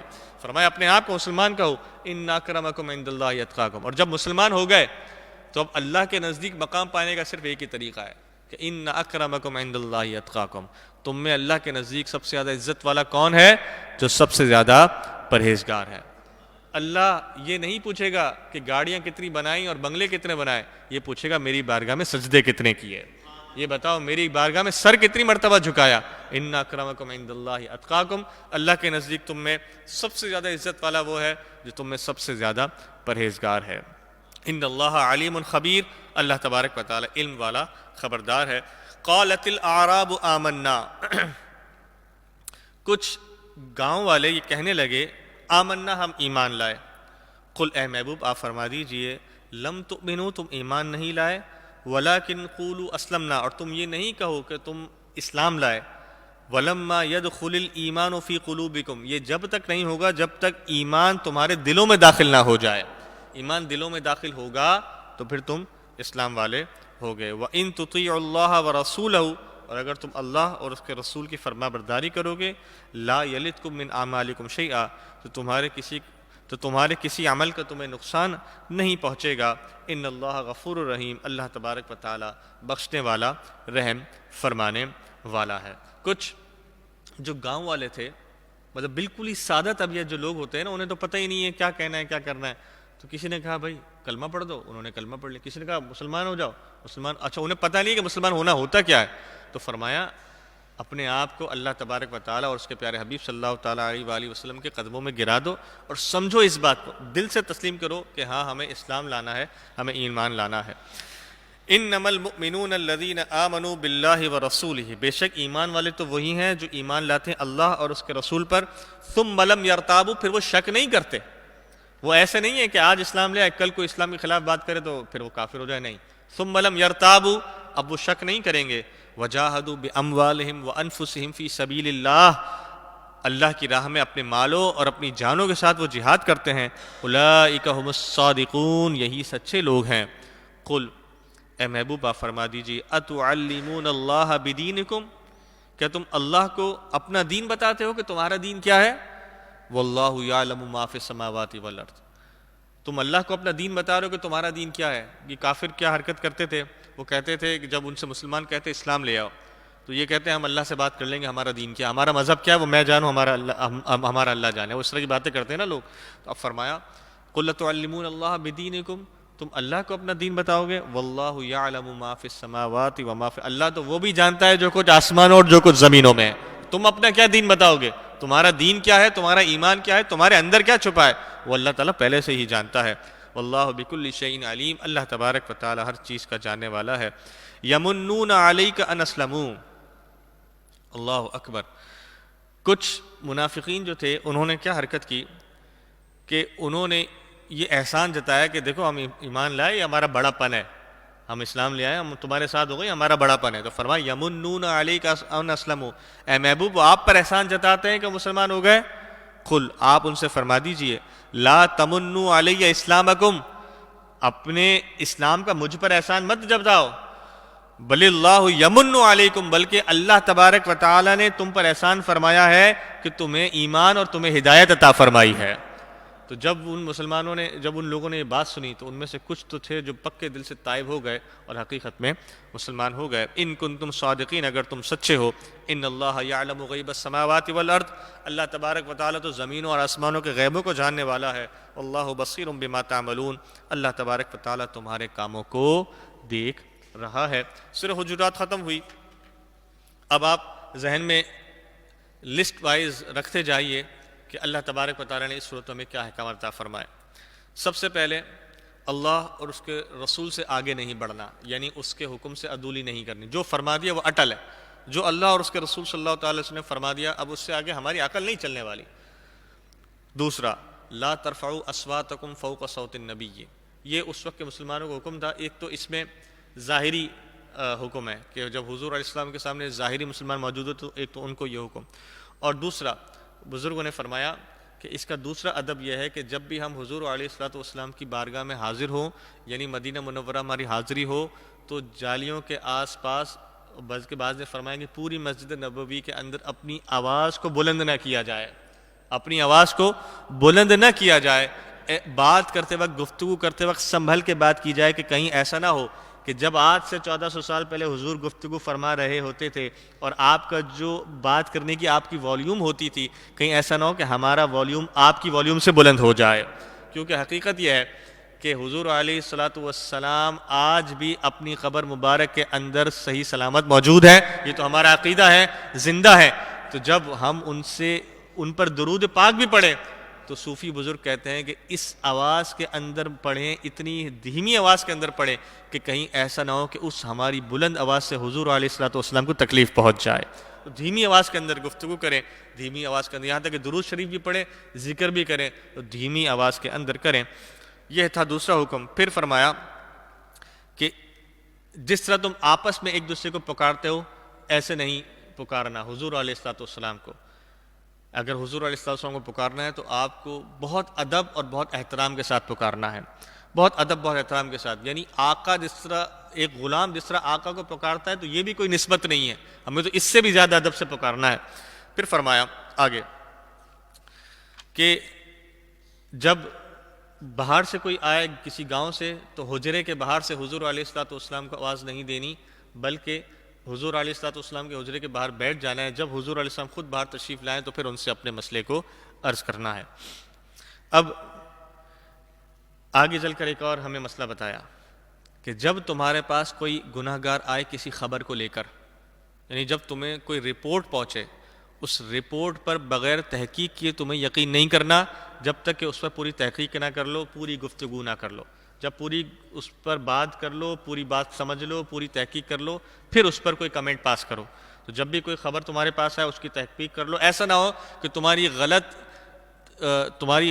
غلط یقین کر لینے کی وجہ سے اس خبر پر تم کسی کا نقصان کر بیٹھو۔ تو جب بھی کوئی رپورٹ آئے، کوئی خبر آئے، اس کی پوری تصدیق کر لو۔ اور پھر فرمایا کہ جب دو گروہوں کے درمیان مسلمان کے آپس میں کوئی اختلاف ہو جائے تو ان دونوں کے درمیان تمہیں اصلاح کروانی ہے، تمہیں جو زیادتی کر رہا ہو اس کے خلاف تمہیں آواز اٹھانی ہے، لیکن تمہیں ان کے درمیان مزید آگ نہیں بھڑکانی، جلتی پر تیل کا کام نہیں دینا، بلکہ جب دو لوگ لڑ رہے ہیں تو ان کے درمیان صلح کرانے کی کوشش کر رہی ہیں۔ یہاں تک کہ بزرگوں نے فرمایا اگر دو لوگوں کے درمیان صلح کرانی ہو تو اس کے لیے ایک لمیٹڈ لیول میں جھوٹ کا ایک خاص عنصر بھی کہا جا سکتا ہے، یعنی جب ہمیں معلوم ہو، مثال کے طور پر ایک شخص کا دوسرے شخص سے لڑائی ہے تو ہم پہلے کے پاس جا کر دوسرے کے بارے میں دوسرے کے الفاظ میں یہ کہے کہ وہ جو شخص تھا وہ تو آپ کی بڑی تعریف کر رہا تھا، جبکہ آپ کے سامنے اس کی تعریف نہیں کی، لیکن آپ اگر پہلے شخص کے سامنے یہ کہیں گے کہ یار وہ تو آپ کی بڑی تعریف کر رہا تھا اور معذرت کرنا چاہ رہا تھا، آپ کے اس جملہ کہنے سے اگر پہلے والے کے دل میں کوئی نرم گوشہ آ جائے سامنے والے کے لیے اور ان دونوں کی اصلاح ہو جائے تو اس لیول تک کے لیے بزرگوں نے جھوٹ بولنے کی بھی اجازت دی۔ یعنی سوچئے کہ اتنا بڑا مقام ہے دو مسلمانوں کے درمیان، لیکن ہمارے ہاں تو کیا ہوتا ہے، لڑوانے کے لیے جھوٹ زیادہ بول دیا جاتا ہے، ہمارے الٹا معاملہ ہے۔ اگر اجازت ہے تو سچ بول کر صلح کرانے کے لیے، ہمارے ہاں تو لڑوانے کے لیے دبا کے جھوٹ بولا جاتا ہے، جو جھوٹ بولنا ہے بولو، ان کو تو لڑواؤ، ان کو تو ایسا کر دو کہ ایک دوسرے کے گتھم گتھا ہو جائے۔ ہم کیا کریں گے، تالیاں بجائیں گے، یہ لڑیں گے ہم تالیاں بجائیں گے، واہ کیا زبردست کام کر دیا ہم نے، یہ لڑ رہے ہیں ہم خوش ہیں، کیوں؟ کیونکہ ہمیں لڑتا دیکھتے ہوئے دوسروں کو مزہ آتا ہے، شیطان کی طرف سے معاملہ۔ تو فرمایا جب دو لوگوں کے درمیان آپس میں لڑائی جھگڑا ہو، کوئی معاملہ ہو جائے، اختلاف ہو جائے تو تمہیں ان لوگوں میں اصلاح کروانی ہے، جو زیادتی کر رہا ہو اس کے خلاف آواز اٹھانی ہے، ہاں وہ جب واپس زیادتی سے رک جائے تو پھر اصلاح کرانی ہے۔ اور پھر فرمایا انما المؤمنون اخوہ، مسلمان آپس میں بھائی بھائی ہیں۔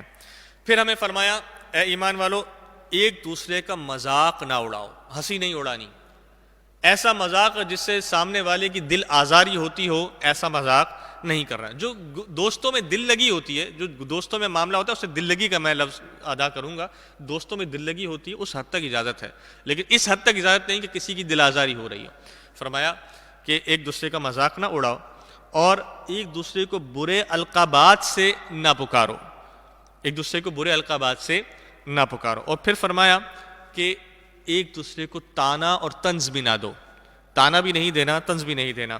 اور پھر فرمایا کہ اے ایمان والو بہت زیادہ سوچنے سے بچو، بہت زیادہ سوچنا نہیں ہے، وہ دماغ میں بات پھنس جاتی ہے نا، پورا پورا دن بات پھنسی، پوری پوری رات پھنسی، اس نے مجھے بولا کیسے، اس کو تو میں چھوڑوں گا نہیں، بس یہ کہیں مجھے مل جائے، اس نے مجھے بول کیسے دیا، وہ جو پھنسی رہتی ہے نا بات، وہ آپ کو آگے بڑھنے سے روکتی ہے۔ اور فرمایا کہ تجسس نہ کرو، کسی کے عیب نہ ڈھونڈو، ٹوہ میں نہ پڑ جاؤ، کسی کے پیچھے نہ پڑ جاؤ، اور غیبت نہ کرو، کیونکہ غیبت کرنا کیسا ہے، جیسے اپنے مردار بھائی کا گوشت کھانا۔ اور پھر اس میں ہم نے یہ بھی آخری میں بات سنی کہ اللہ تبارک و تعالیٰ نے جو تمہاری نسلیں پیدا کی، جو تمہارے خاندان پیدا کیے، تمہارے قبیلے بنائے، تمہارے خاندان بنائے، اس کا مقصد صرف اور صرف یہ ہے لِتَعَارَفُوا، تاکہ تم ایک دوسرے کی پہچان کر سکو، کہ کون کون سی جگہ سے ہے، کون کون سے علاقے سے ہے، کون کس رنگ کا ہے، صرف یہ پہچان کرانے کی حد تک کافی ہے۔ لیکن اللہ تبارک و تعالیٰ کے نزدیک سب سے زیادہ عزت دار کون ہے؟ ان اکرمکم عند اللہ اتقاکم، جو تم میں سب سے زیادہ پرہیزگار ہے وہ اللہ کے نزدیک سب سے زیادہ عزت والا ہے۔ اللہ تبارک و تعالیٰ سے دعا ہے کہ سورہ حجرات کے اندر جو بھی ہم نے بہترین باتیں سماعت کی، اچھی باتیں سماعت کی، خیر والی باتیں سماعت کی، اللہ تبارک و تعالیٰ ہمیں ان باتوں پر عمل کرنے کی توفیق عطا فرمائے، اور جن بری باتوں کا تذکرہ سنا، غیبت کا تذکرہ سنا، تجسس کا تذکرہ سنا، طنز کرنے کا تذکرہ سنا، القابات، برے القابات کا تذکرہ سنا، ہم نے دوسرے کا مذاق اڑانے کا تذکرہ سنا، ہم نے ایک لوگوں کی اصلاح کے بارے میں سنا، کہ لوگوں میں نہ لڑوانے کے بارے میں سنا، اللہ تبارک و تعالی ہمیں ان بری باتوں سے بچنے کی توفیق عطا فرمائے۔ رکوع کا اختتام ہوا، اب انشاءاللہ سورہ قاف کا آغاز کریں گے۔ ایک مرتبہ آواز بلند درود پاک پڑھ لیجئے، اللہم صلی علی سیدنا۔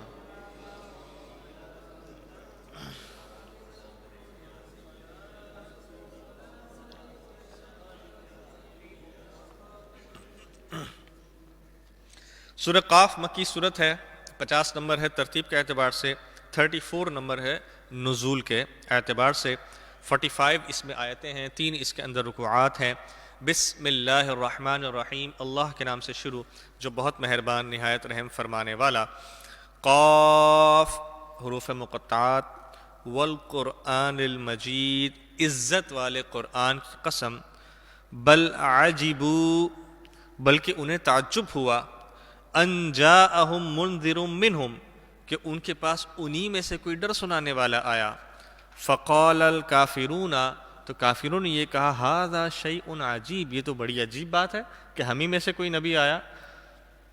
یہ کہتے تھے کہ کوئی فرشتہ کیوں نہیں بھیجا، کوئی آسمان سے کوئی کیوں نہیں اترا۔ اذا متنا وکنا ترابا، اور پھر تعجب کرنے لگے، کیا کہ اذا متنا، جب ہم مر جائیں گے، وکنا ترابا، جب مٹی مٹی ہو جائیں گے، ذالک رجع بعید، تو کیا ہم پھر اٹھائے جائیں گے؟ یہ بڑی عجیب بات ہے۔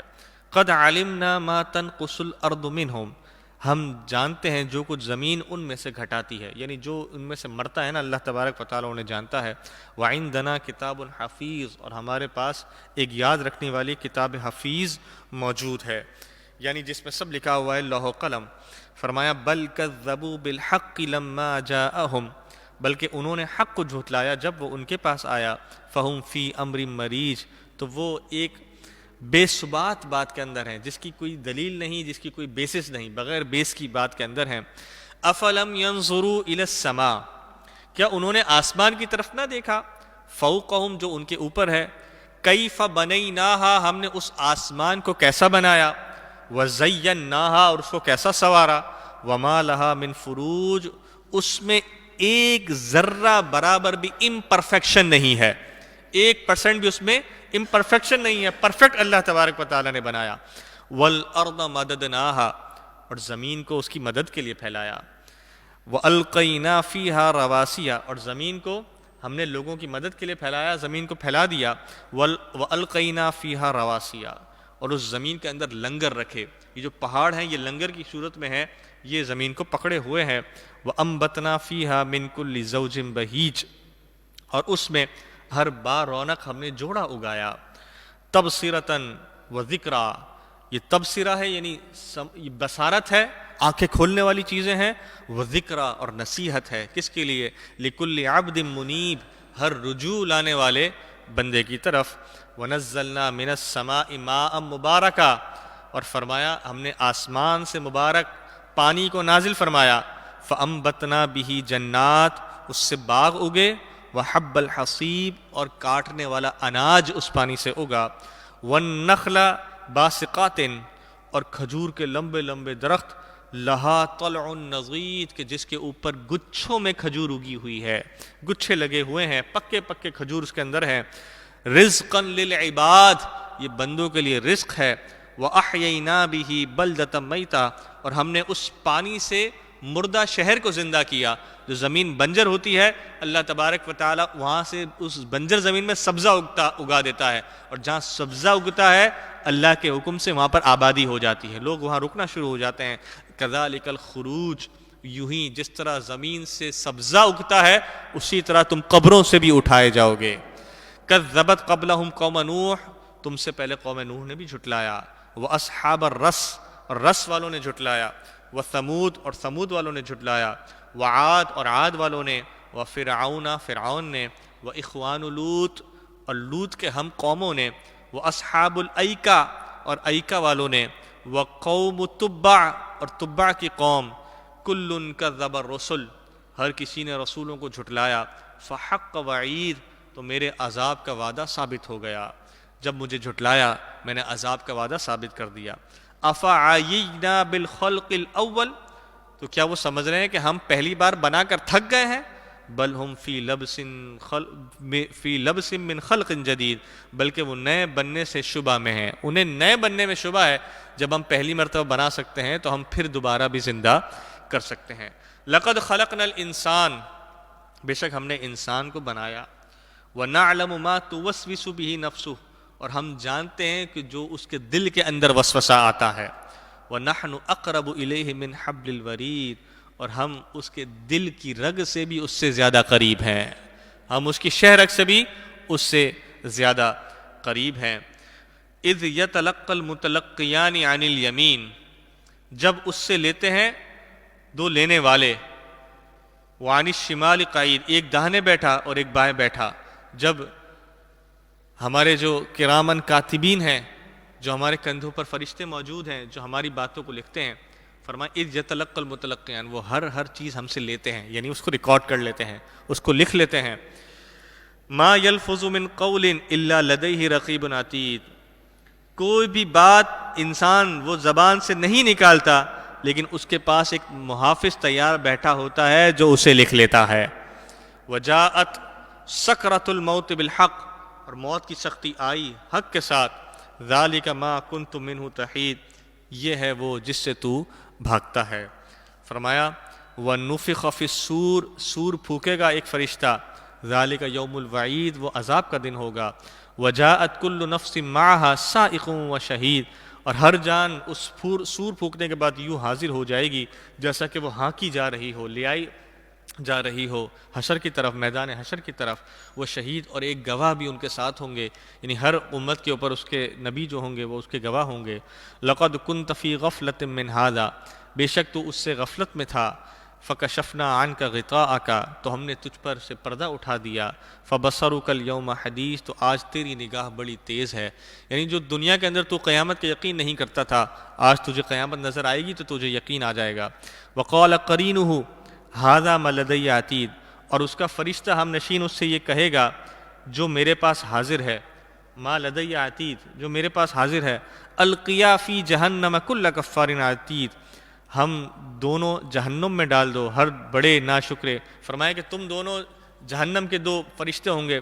فرمایا جب یہ لوگ کافر جہنم کی طرف ہانکے جائیں گے تو ان دو فرشتوں سے کہا جائے گا القیا فی جہنم کل کفار عنید، تم دونوں ہر بڑے ناشکرے کو، ہٹ دھرمے کو جہنم کے اندر ڈال دو. مناع للخیر، یہ وہ شخص تھا دنیا کے اندر جو خیر سے روکنے والا تھا. معتدن، حد سے بڑھنے والا تھا. مریب، شک کرنے والا تھا.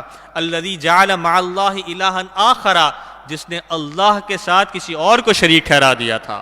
جو شرک کرتا تھا، فَأَلْقِيَاهُ فِي عَذَابِ الشَّدِيدِ، تو یہ دونوں فرشتے جو ہیں اس کو عذاب کے اندر ڈال دیں گے۔ قَالَ قَرِينُهُ رَبَّنَا مَا أَطْغَيْتُهُ وَلَكِنْ كَانَ فِي ضَلَالٍ بَعِيدٍ، اس کے ساتھی شیطان نے کہا ہمارے رب میں نے اس سے سرکش نہ کیا، ہاں یہ خود ہی دور کی گمراہی میں تھا۔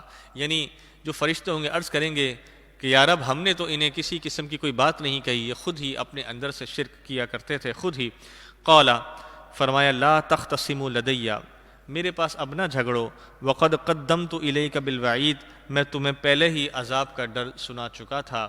یعنی لوگ یہ کہیں گے جو جہنم میں جا رہے ہوں گے، کافر یہ کہیں گے کہ یا اللہ اگر تو یہ جو فرشتے ہمارے پاس موجود ہیں، جو ہمیں نظر آ رہے ہیں، جو ہمارا سب کچھ لکھتے تھے، اگر دنیا کے اندر ہمیں یہ فرشتے دکھا دیتا تو ہم ان کو دیکھ کر ایمان لے آتے۔ تو اب اللہ تعالیٰ فرمائے گا اب آج دن جھگڑنے کا نہیں ہے، آج تو فیصلے کا دن ہے۔ فرمایا ما یبدل القول لدی وما انا بظلام للعبید، ہمارے یہاں نہ ہی بات بدلتی ہے اور نہ ہی میں بندوں پر ظلم کرتا ہوں۔ یوم نقول لجہنم، جس دن ہم جہنم سے فرمائیں گے حل امتلأتی، اے جہنم کیا تو بھر گئی ہے، وتقول حل من مزید، اللہ اکبر، جہنم کیا کہے گی حل من مزید، حل من مزید، میرے اندر اور آدمی ڈالو، اور آدمی ڈالو، میری آگ کو اور بھڑکاؤ۔ وَأُزْلِفَتِ الْجَنَّةُ لِلْمُتَّقِينَ غَيْرَ بَعِيدٍ، اللہ اکبر، اور پاس لائی جائے گی جنت پرہیزگاروں کے، اور ایسے پاس لائی جائے گی کہ جنت پھر کبھی ان پرہیزگاروں سے دور نہیں ہوگی۔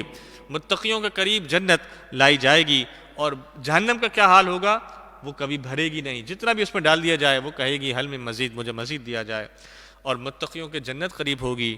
ھذا ما توعدون لکل اواب حفیظ، یہ وعدہ ہے جس کا تم وعدہ دیے جاتے ہو ہر رجوع لانے والا شخص، ہر نگہداشت شخص۔ فرمایا من نگہداشت کرنے والا یعنی جس نے اپنے ایمان کی حفاظت کی، ایمان کی نگہداشت کی۔ فرمایا من خشی الرحمن بالغیب، جو رحمان سے بن دیکھے بھی دنیا میں ڈرتا رہا، وجاء بقلب منیب، اور رجوع والے دل کے ساتھ وہ حاضر ہوا۔ ادخلوها بسلام، ان لوگوں سے کیا کہا جائے گا، ادخلوها بسلام، سلامتی کے ساتھ جنت میں داخل ہو جاؤ۔ ذالک یوم الخلود، یہ ہمیشگی کا دن ہے۔ لہم ما یشاؤون فیہا ولدینا مزید، اس کے لیے ہے اس میں جو چاہیں، اور ہمارے پاس ان کے لیے اس سے بھی زیادہ مرتبے ہیں۔ وکم اہلکنا قبلہم من قرن، اور ہم نے اس سے پہلے کتنے ہی قوموں کو ہلاک کر دیا۔ ہم اشد منہم بطشا، جو ان سے زیادہ سخت تھیں۔ فنقبوا فی البلاد، تو شہروں میں انہوں نے بڑی کوششیں کی، وہ لوگ بڑے بڑے مکانات محلات بناتے تھے۔ حل من محیص، تو ان سے جب عذاب آیا تو فرمایا گیا ہے کوئی تمہارے پاس بھاگنے کی جگہ، بڑے بڑے محل ہیں جن میں تم چلے جاؤ۔ ان فی ذلک لذکریٰ، بے شک یہ قرآن ضرور نصیحت ہے، لمن کان لہ قلب، ہر اس شخص کے لیے جس کے پاس دل ہے، او القى السمع، یہ جو کان لگاتا ہے، وہو شہید، اور وہ متوجہ ہے۔ وَلَقَدْ خَلَقْنَا السَّمَاوَاتِ وَالْأَرْضَ، بے شک ہم نے آسمان اور زمین کو بنایا، وَمَا بَيْنَهُمَا، اور جو کچھ اس کے درمیان ہے، فی ستۃ ایام، 6 ایام کے اندر، وَمَا مَسَّنَا مِن لُغُوب، اور اس سے ہمیں تھکان نہیں ہوتی۔ کوئی یہ نہ سمجھے کہ معاذ اللہ یہ بنا کر اللہ تعالیٰ تھک گیا، کیونکہ یہ ہندوؤں کے آج بھی کچھ ایسے عقائد ہیں، کچھ ہندوؤں کے عقائد ایسے ہیں، وہ کہتے ہیں کہ جب انسان کو بنا دیا گیا تو پھر جو ان کا خدا ہے جس کو وہ بھگوان بولتے ہیں، کہتے ہیں کہ بھگوان کا پھر ان پر سے اختیار ختم ہو گیا، اب انسان جو چاہے کرے، جو وہ کرے گا تو پھر وہ اس کو بھگتے گا، اسی اچھا کرے گا تو اچھا بھگتے گا، برا کرے گا تو برا کرے گا، لیکن بھگوان کو اس بارے میں کوئی سروکار نہیں ہے معاذ اللہ، وہ اس طرح کی بات کرتے ہیں، جبکہ حقیقت میں مسلمانوں کا عقیدہ کیا ہے، اللہ تبارک و تعالیٰ ہی نے ہمیں پیدا کیا ہے، وہ ہمارے ہر عمل سے واقف ہے، ہم جو کرتے ہیں، ہم جو کر چکے یا جو ہم کریں گے، اللہ تبارک و تعالیٰ کو ہمارے ہر لمحے کی خبر ہے، وہ علیم بھی ہے، وہ خبیر بھی ہے، یہ ہے ہمارا عقیدہ۔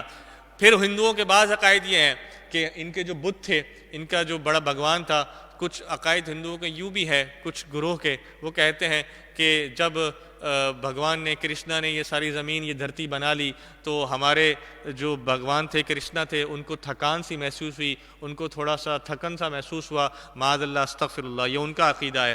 مسلمانوں کا عقیدہ کیا ہے، اللہ تبارک و تعالیٰ نے کن فرمایا فیکون، سب کچھ ہو گیا، دنیا بھی بن گئی، آسمان بھی بن گیا، سب کچھ بن گیا۔ ہاں فی ستۃ ایام، 6 دن کا جہاں جہاں ذکر آتا ہے قرآن پاک کے اندر زمین و آسمان کے بنانے کے معاملے میں، وہ اللہ تبارک و تعالیٰ کی مرضی و مشیت ہے کہ 6 دن کے اندر کیوں بنایا۔ یہ حکمت ہماری سمجھ میں نہ آئے تو ہماری عقل کا فطور ہو سکتا ہے، ہماری عقل کا قصور ہو سکتا ہے، اس کی حکمت ہے اس نے 6 دن میں کیوں بنایا۔ وہ کن کہتا ایک لمحے کے اندر بھی ساری کائنات بن سکتی تھی۔ حقیقت میں ہمارا عقیدہ یہی ہے۔ فرمایا فاصبر علی ما یقولون، اے محبوب آپ ان کی ان باتوں پر صبر کیجئے، وسبح بحمد ربک، اور اپنے رب کی تسبیح اس کی حمد کے ساتھ بیان کیجئے، قبل طلوع الشمس، سورج چمکنے سے پہلے، وقبل الغروب، سورج غروب ہونے سے پہلے، ومن اللیل، اور رات میں، فسبحہ اس کی تسبیح بیان کیجئے، وادبار السجود، اور نمازوں کے بعد تسبیح بیان کیجئے، واستمع یوم ینادی المنادی من مکان قریب، اور کان لگا کر سنیے جس دن پکارنے والا پکارے گا کہ ایک پاس جگہ ہے، یعنی جب قیامت میں لوگوں کو پکارا جائے گا۔ فرمایا یوم یسمعون الصیحۃ بالحق، جس دن وہ لوگ چنگھاڑے سنیں گے حق کے ساتھ، ذالک یوم الخروج، فرمایا کہ یہی قبروں سے نکلنے کا دن ہوگا۔ انا نحن نحیی ونمیت، بے شک ہم ہی تمہیں زندہ کرتے ہیں، ہم ہی تمہیں موت دیں گے، والینا المصیر، اور ہماری ہی طرف تمہیں لوٹ کر آنا ہے۔ یوم تشقق الارض عنہم سراعا، جس دن زمین ان سے پھٹے گی تو وہ جلدی کرتے اس رب کی طرف حاضر ہونے لگیں گے۔ ذالک حشر علینا یسیر، اللہ تعالیٰ فرماتا ہے کہ یہ ہماری طرف جمع کرنا لوگوں کو یہ ہم پر بڑا آسان ہے۔ نحن اعلم بما یقولون، ہم خوب جانتے ہیں کہ وہ لوگ کیا کہہ رہے ہیں۔ وما انت علیہم بجبار، اور اے محبوب آپ ان پر کوئی جبر کرنے والے نہیں ہیں، ہم نے آپ کو جبر کرنے والا بنا کر نہیں بھیجا، آپ بشیر ہیں نذیر ہیں، آپ ان کو خوشخبری دیجئے، ڈر سنائیے، اللہ کا پیغام پہنچا دیجیے، بس یہ آپ کی ذمہ داری ہے، ماننا نہ ماننا یہ ان کا کام ہے۔ فذکر بالقرآن، ہاں قرآن سے نصیحت کرو، اے لوگو تم قرآن سے نصیحت کرو، من یخاف وعید، جو میری دھمکی سے ڈرے۔ قرآن نصیحت، اے محبوب آپ اس قرآن سے نصیحت کیجئے، اس شخص کو نصیحت کیجئے جو میری وعید سے ڈرتا ہے۔ سورت کا اختتام ہوا۔ سورہ قاف کے اندر ہم نے شروع سے لے کر آخر تک جنت اور جہنم کا تذکرہ سنا، اچھے لوگوں برے لوگوں کا تذکرہ سنا، جنتیوں کا جہنمیوں کا تذکرہ سنا۔ جہنم یہ کہے گی حل من مزید، حل من مزید، میرے اندر اور انسان ڈال دیے جائے، اور جنت وہ متقیوں کے قریب لائی جائے گی۔ جنت اللہ تبارک و تعالی مسلمانوں کے انعام کے طور پر عطا فرمائے گا۔ اللہ تبارک و تعالی سے دعا ہے اللہ تبارک و تعالی ہمیں جنت میں جانے والے اعمال کرنے کی توفیق عطا فرمائے، اور جہنم میں لے جانے والے اعمالوں سے بچنے کی توفیق عطا فرمائے۔ اور یہ بھی انسان اللہ تعالی سے دعا کرے کہ ہم بہت گناہ گار ہیں، ہم بہت کمزور ہیں، ہم بہت ناتواں ہیں، یا اللہ تو بغیر حساب کتاب کے ہماری مغفرت فرما دے۔ ہماری اوقات نہیں ہے، نہ ہی ہماری طاقت ہے کہ ہم تجھے حساب دے سکیں، تیرے ایک سوال کا بھی اے رب ہم تجھے جواب دے سکیں، نہیں ہے طاقت، بہت گناہ گار ہیں، یا اللہ بغیر حساب کتاب کے جنت میں داخلہ عطا فرما دے، بغیر حساب کتاب کے جنت میں داخلہ عطا فرما دے، یا اللہ یا اللہ یا اللہ بہت گناہ گار ہیں، ہمیں گناہوں سے بچنے کی توفیق عطا فرما دے۔ دعا ضرور کرتے ہیں، کوشش بھی کرتے ہیں، لیکن بندے ہیں کمزور ہیں، پھر گناہ میں مبتلا ہو جاتے ہیں۔ یا اللہ ایسا کرم فرما دے کہ گناہ کر بھی لیں تو فوراً تیری بارگاہ میں توبہ کے لیے حاضر ہو جائیں، فوراً توبہ کر لیں، رجوع کر لیں۔ اللہ تبارک و تعالی ہماری دعاؤں کو قبول و منظور فرمائے۔ سورت کا اختتام ہوا، اب ہم سورہ زاریات کا آغاز کریں گے۔ ایک مرتبہ آواز بلند درود پاک پڑھ لیجیے، اللہم صلی علی سیدنا و مولانا محمد وعلی۔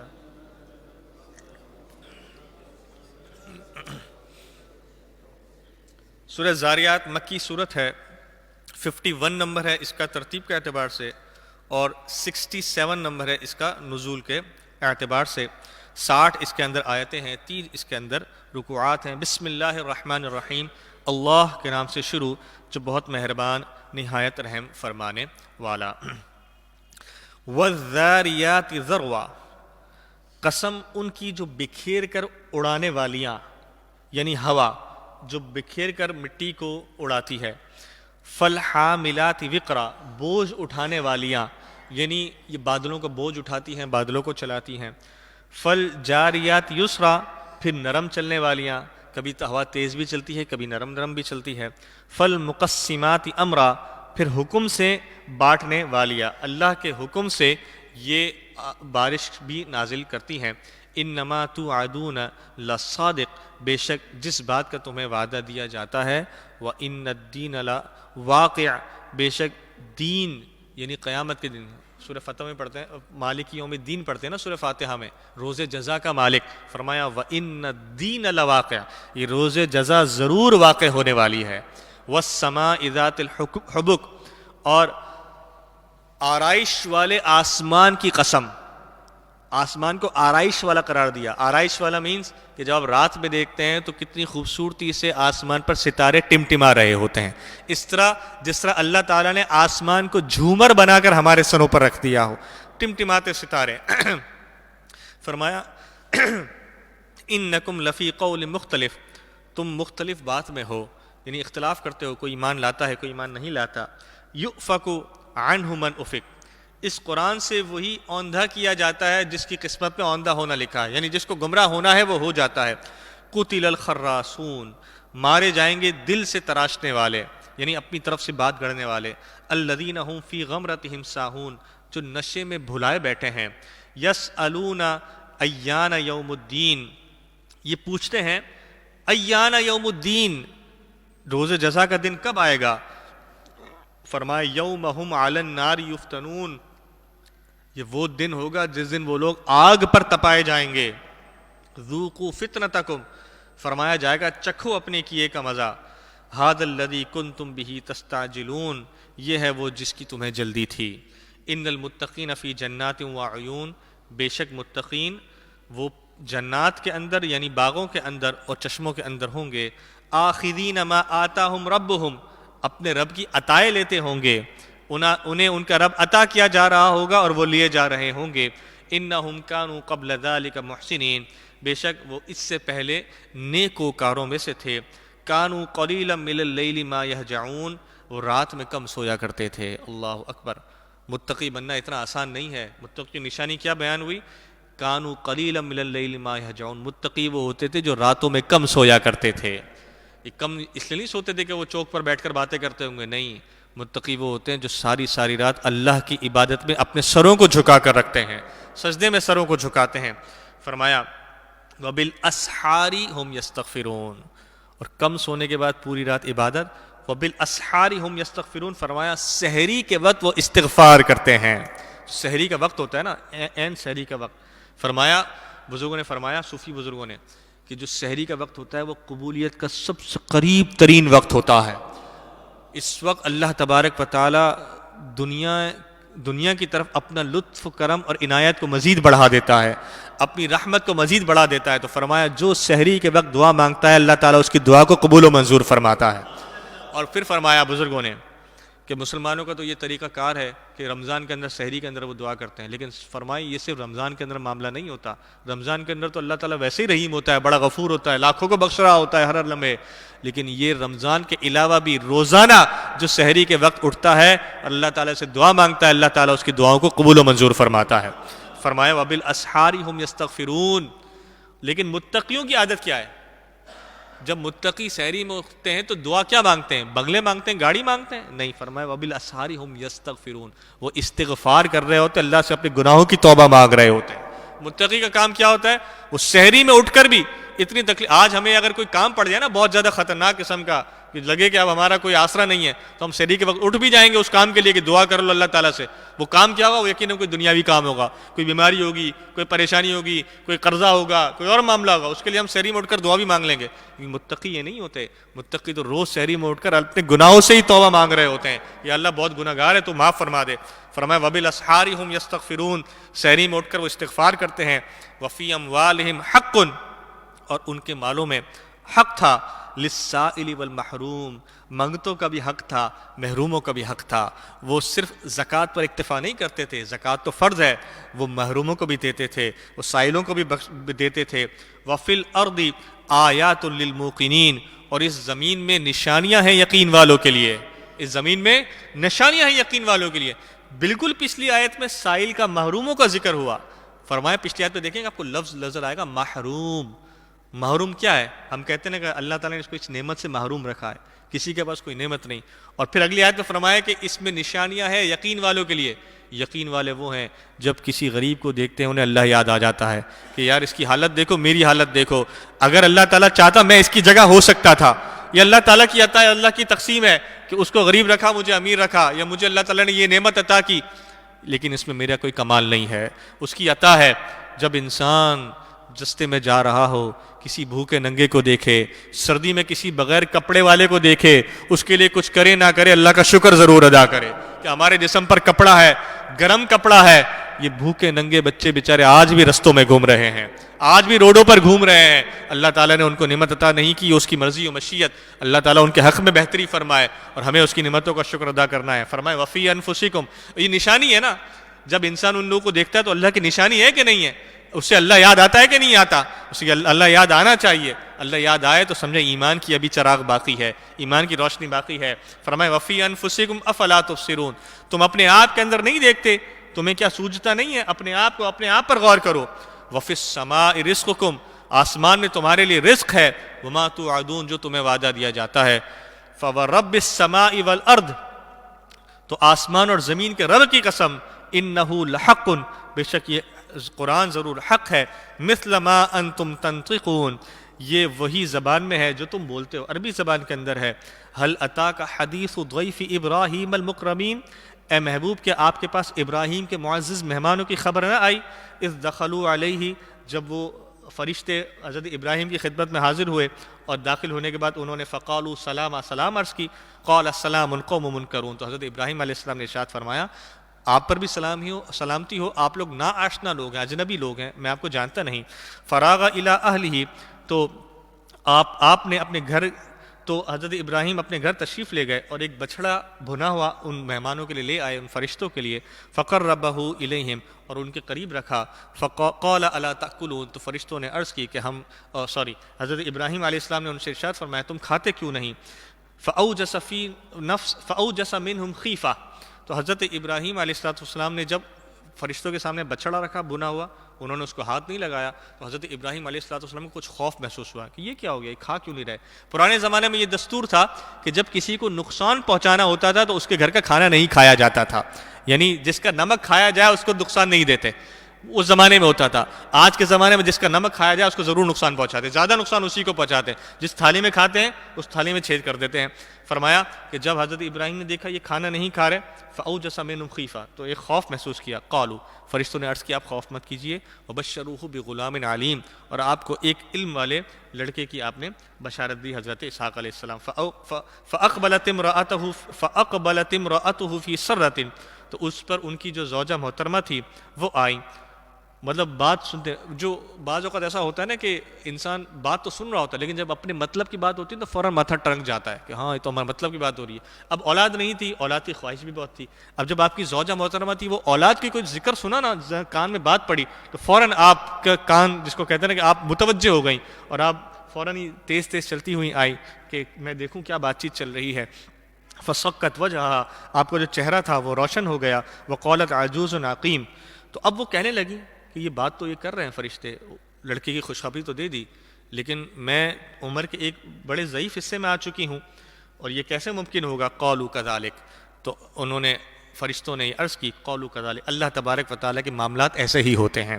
قال ربک, وہی تو آپ کا رب ہے, اپنا رب مانتے ہیں اسے, تو پھر اس کی بات میں تعجب کیا. انہ هو الحکیم العلیم, وہی حکمت والا علم والا ہے.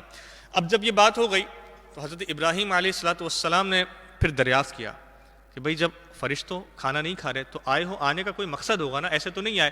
تو ایک مقصد تو سمجھ آ گیا کہ تم نے مجھے لڑکے کی بشارت دے دی کہ ہمیں لڑکا ہونے والا ہے, بہت اچھی بات ہے, لیکن اس کے علاوہ بھی کوئی مقصد ہے یا صرف کوئی مقصد ہے؟ تو اب حضرت ابراہیم علیہ السلام نے ارشاد فرمایا قال فما خطبکم ایھا المرسلون, جو لڑکے کی بشارت دے دی, اور آپ اللہ کے نبی تھے, اللہ کے خلیل بھی تھے, آپ کو معلوم تھا کہ صرف لڑکے کی بشارت دینے کے لیے نہیں آئے ہوں گے, کچھ اور معاملہ بھی ہوگا. تو آپ نے ارشاد فرمایا قال فما خطبکم ایھا المرسلون, اے بھیجے گئے فرشتوں تمہارا ریزن کیا ہے, کیوں آئے ہو؟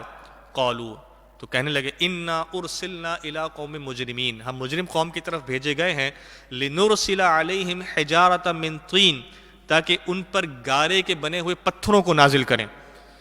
مسومۃ عند ربک للمسرفین, جو آپ کے رب کے پاس حد سے بڑھنے والوں کے لیے نشانیاں ہیں, یعنی ان پتھروں پر نشانی لگی ہوئی کون سا پتھر کس پر پڑے گا.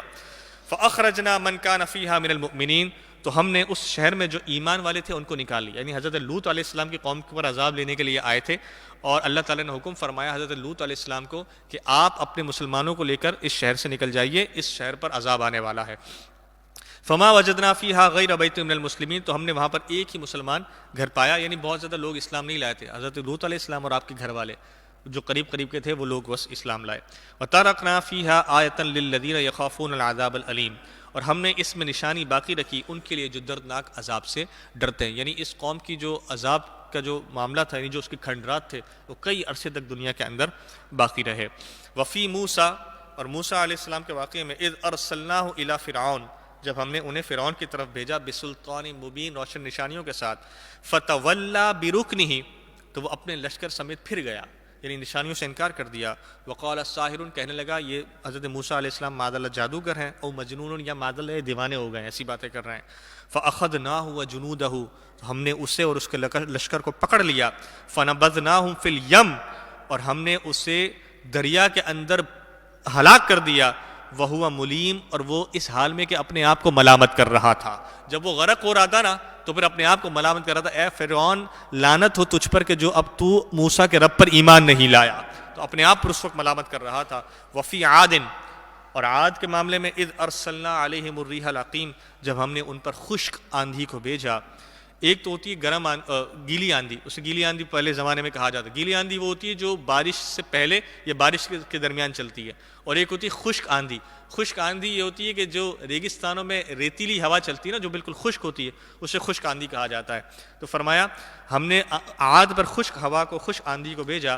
ما تذر من شیء اتت علیہ الا جعلته کالرمیم، جس چیز پر وہ ہوا گزرتی اسے گلی ہوئی سڑی ہوئی کر کر چھوڑ دیتی۔ گلی ہوئی سڑی، یعنی بزرگوں نے فرمایا آج پر ایسا عذاب آیا کہ ایک شخص بالکل زندہ ہے، صحیح سلامت، وہ ہوا اس پر سے گزرتی تو جس طرح کئی ہزار سال پرانا ڈھانچہ بچ جاتا ہے نا، اس طرح کے اس کے ڈھانچے جیسی حالت ہو جاتی۔ ایک لمحے کے اندر ہوا گزرتی، گوشت بھی غائب، چمڑی بھی غائب، صرف ہڈیاں نیچے گر جاتی، گلا ہوا سڑا ہوا۔ وفی سمود، اور سمود کے معاملے میں، اذ قیل لہم، جب ان سے فرمایا گیا تمتعوا حتی حین، ایک وقت تک تم برت لو، فعتوا عن امر ربہم، انہوں نے اپنے رب کے حکم سے سرکشی کی۔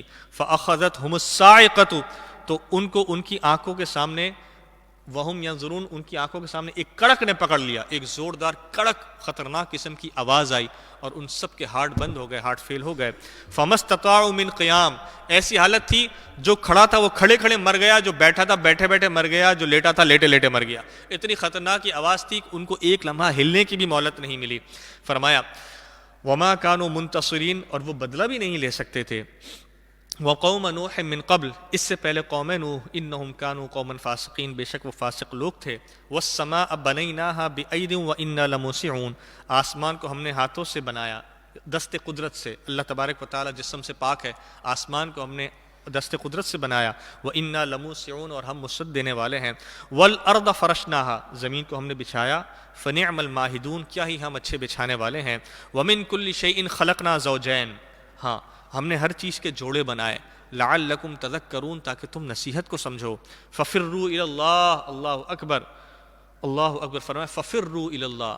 اردو میں ہم لفظ استعمال کرتے ہیں فرار، فرار کہتے ہیں بھاگنا، یہ شخص فرار ہو گیا، یہ فرار لفظ سے ہی نکلا ہے ففروا۔ فرمایا ففروا الی اللہ، اللہ کی طرف دوڑ کر آ جاؤ، اللہ کی طرف فرار ہو جاؤ۔ ہم کہتے ہیں اللہ کی طرف فرار ہو جاؤ، یعنی دنیا سے فرار ہو کر اللہ کی طرف چلے جاؤ، دنیا سے فرار ہو کر اللہ کی طرف چلے جاؤ۔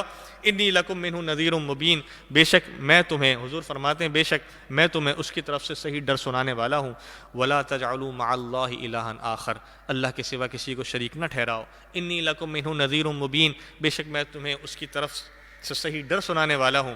کذالک ما اتی الذین من قبلہم من رسول، اسی طرح تم سے پہلے کے پاس بھی رسول آئے تھے، الا قالوا ساحر او مجنون، پہلے والوں نے بھی انہیں جادوگر کہا تھا یا مجنون کہا تھا۔ اتواصوا بہ، کیا آپس میں ایک دوسرے کو یہ بات کہہ کر مرے ہیں؟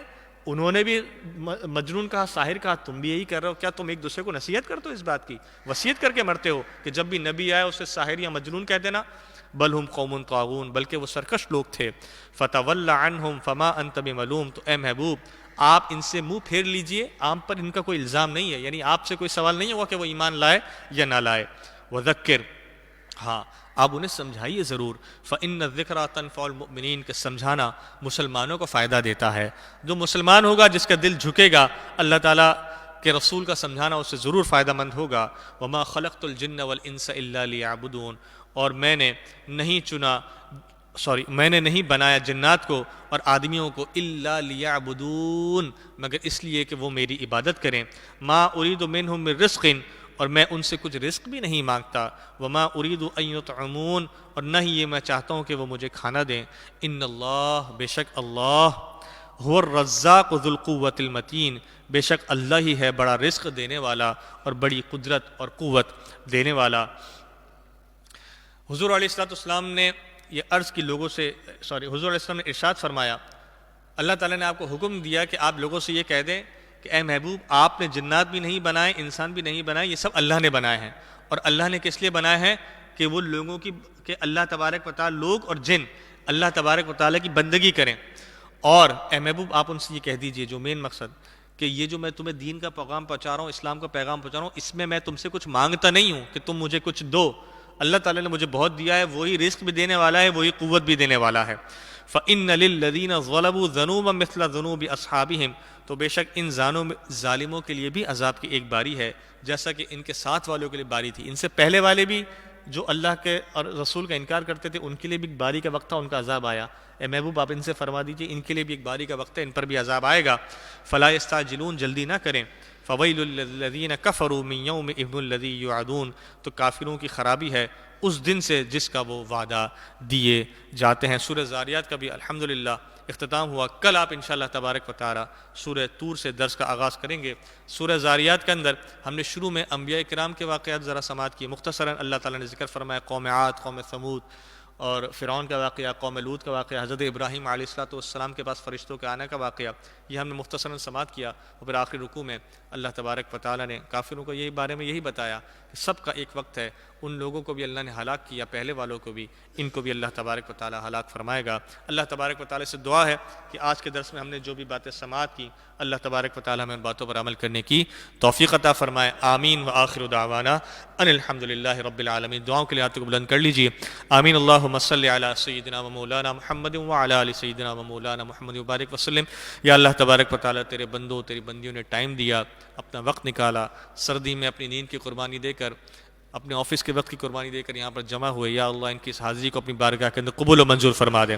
یا اللہ تبارک و تعالی ہماری کوئی اوقات نہیں تھی، یہ سب تیری توفیق سے ہے، ہمارا کوئی مقام نہیں ہے، یہ سب تیری توفیق سے ہے۔ یا اللہ تبارک و تعالی ہم تیرا شکر ادا کرتے ہیں اس توفیق پر۔ یا اللہ ہمیں مرتے دم تک قرآن سننے کی توفیق عطا فرما دے، مرتے دم تک قرآن کا درس سیکھنے سمجھنے کی توفیق عطا فرما دے۔ یا اللہ تبارک و تعالی جو بھی ہماری نیک جائز تمنائیں مرادیں آرزوئیں ہیں، یا اللہ قرض داریاں ہیں، بیماریاں ہیں، پریشانیاں ہیں، تکلیفیں ہیں، یا اللہ تبارک و تعالی سب معاملات میں آسانی فرما دے، سب معاملات میں کرم فرما دے۔ جو لوگ دعاؤں کے لیے کہتے ہیں یا اللہ ان کے حق میں بھی اللہ تعالیٰ بہتری فرما دے۔ ان اللہ و ملائکتہ یصلون علی النبی یا ایھا الذین آمنوا صلوا علیہ وسلموا تسلیما۔ اللہم صلی علی سیدنا مولانا محمد وعلی آل سیدنا مولانا محمد وبارک وسلم۔ صلی اللہ تعالی علی رسول خیر خلق محمد وعلی آلہ وصحبہ اجمعین برحمتک یا ارحم الراحمین۔ صلاۃ والسلام کا ایک شعر۔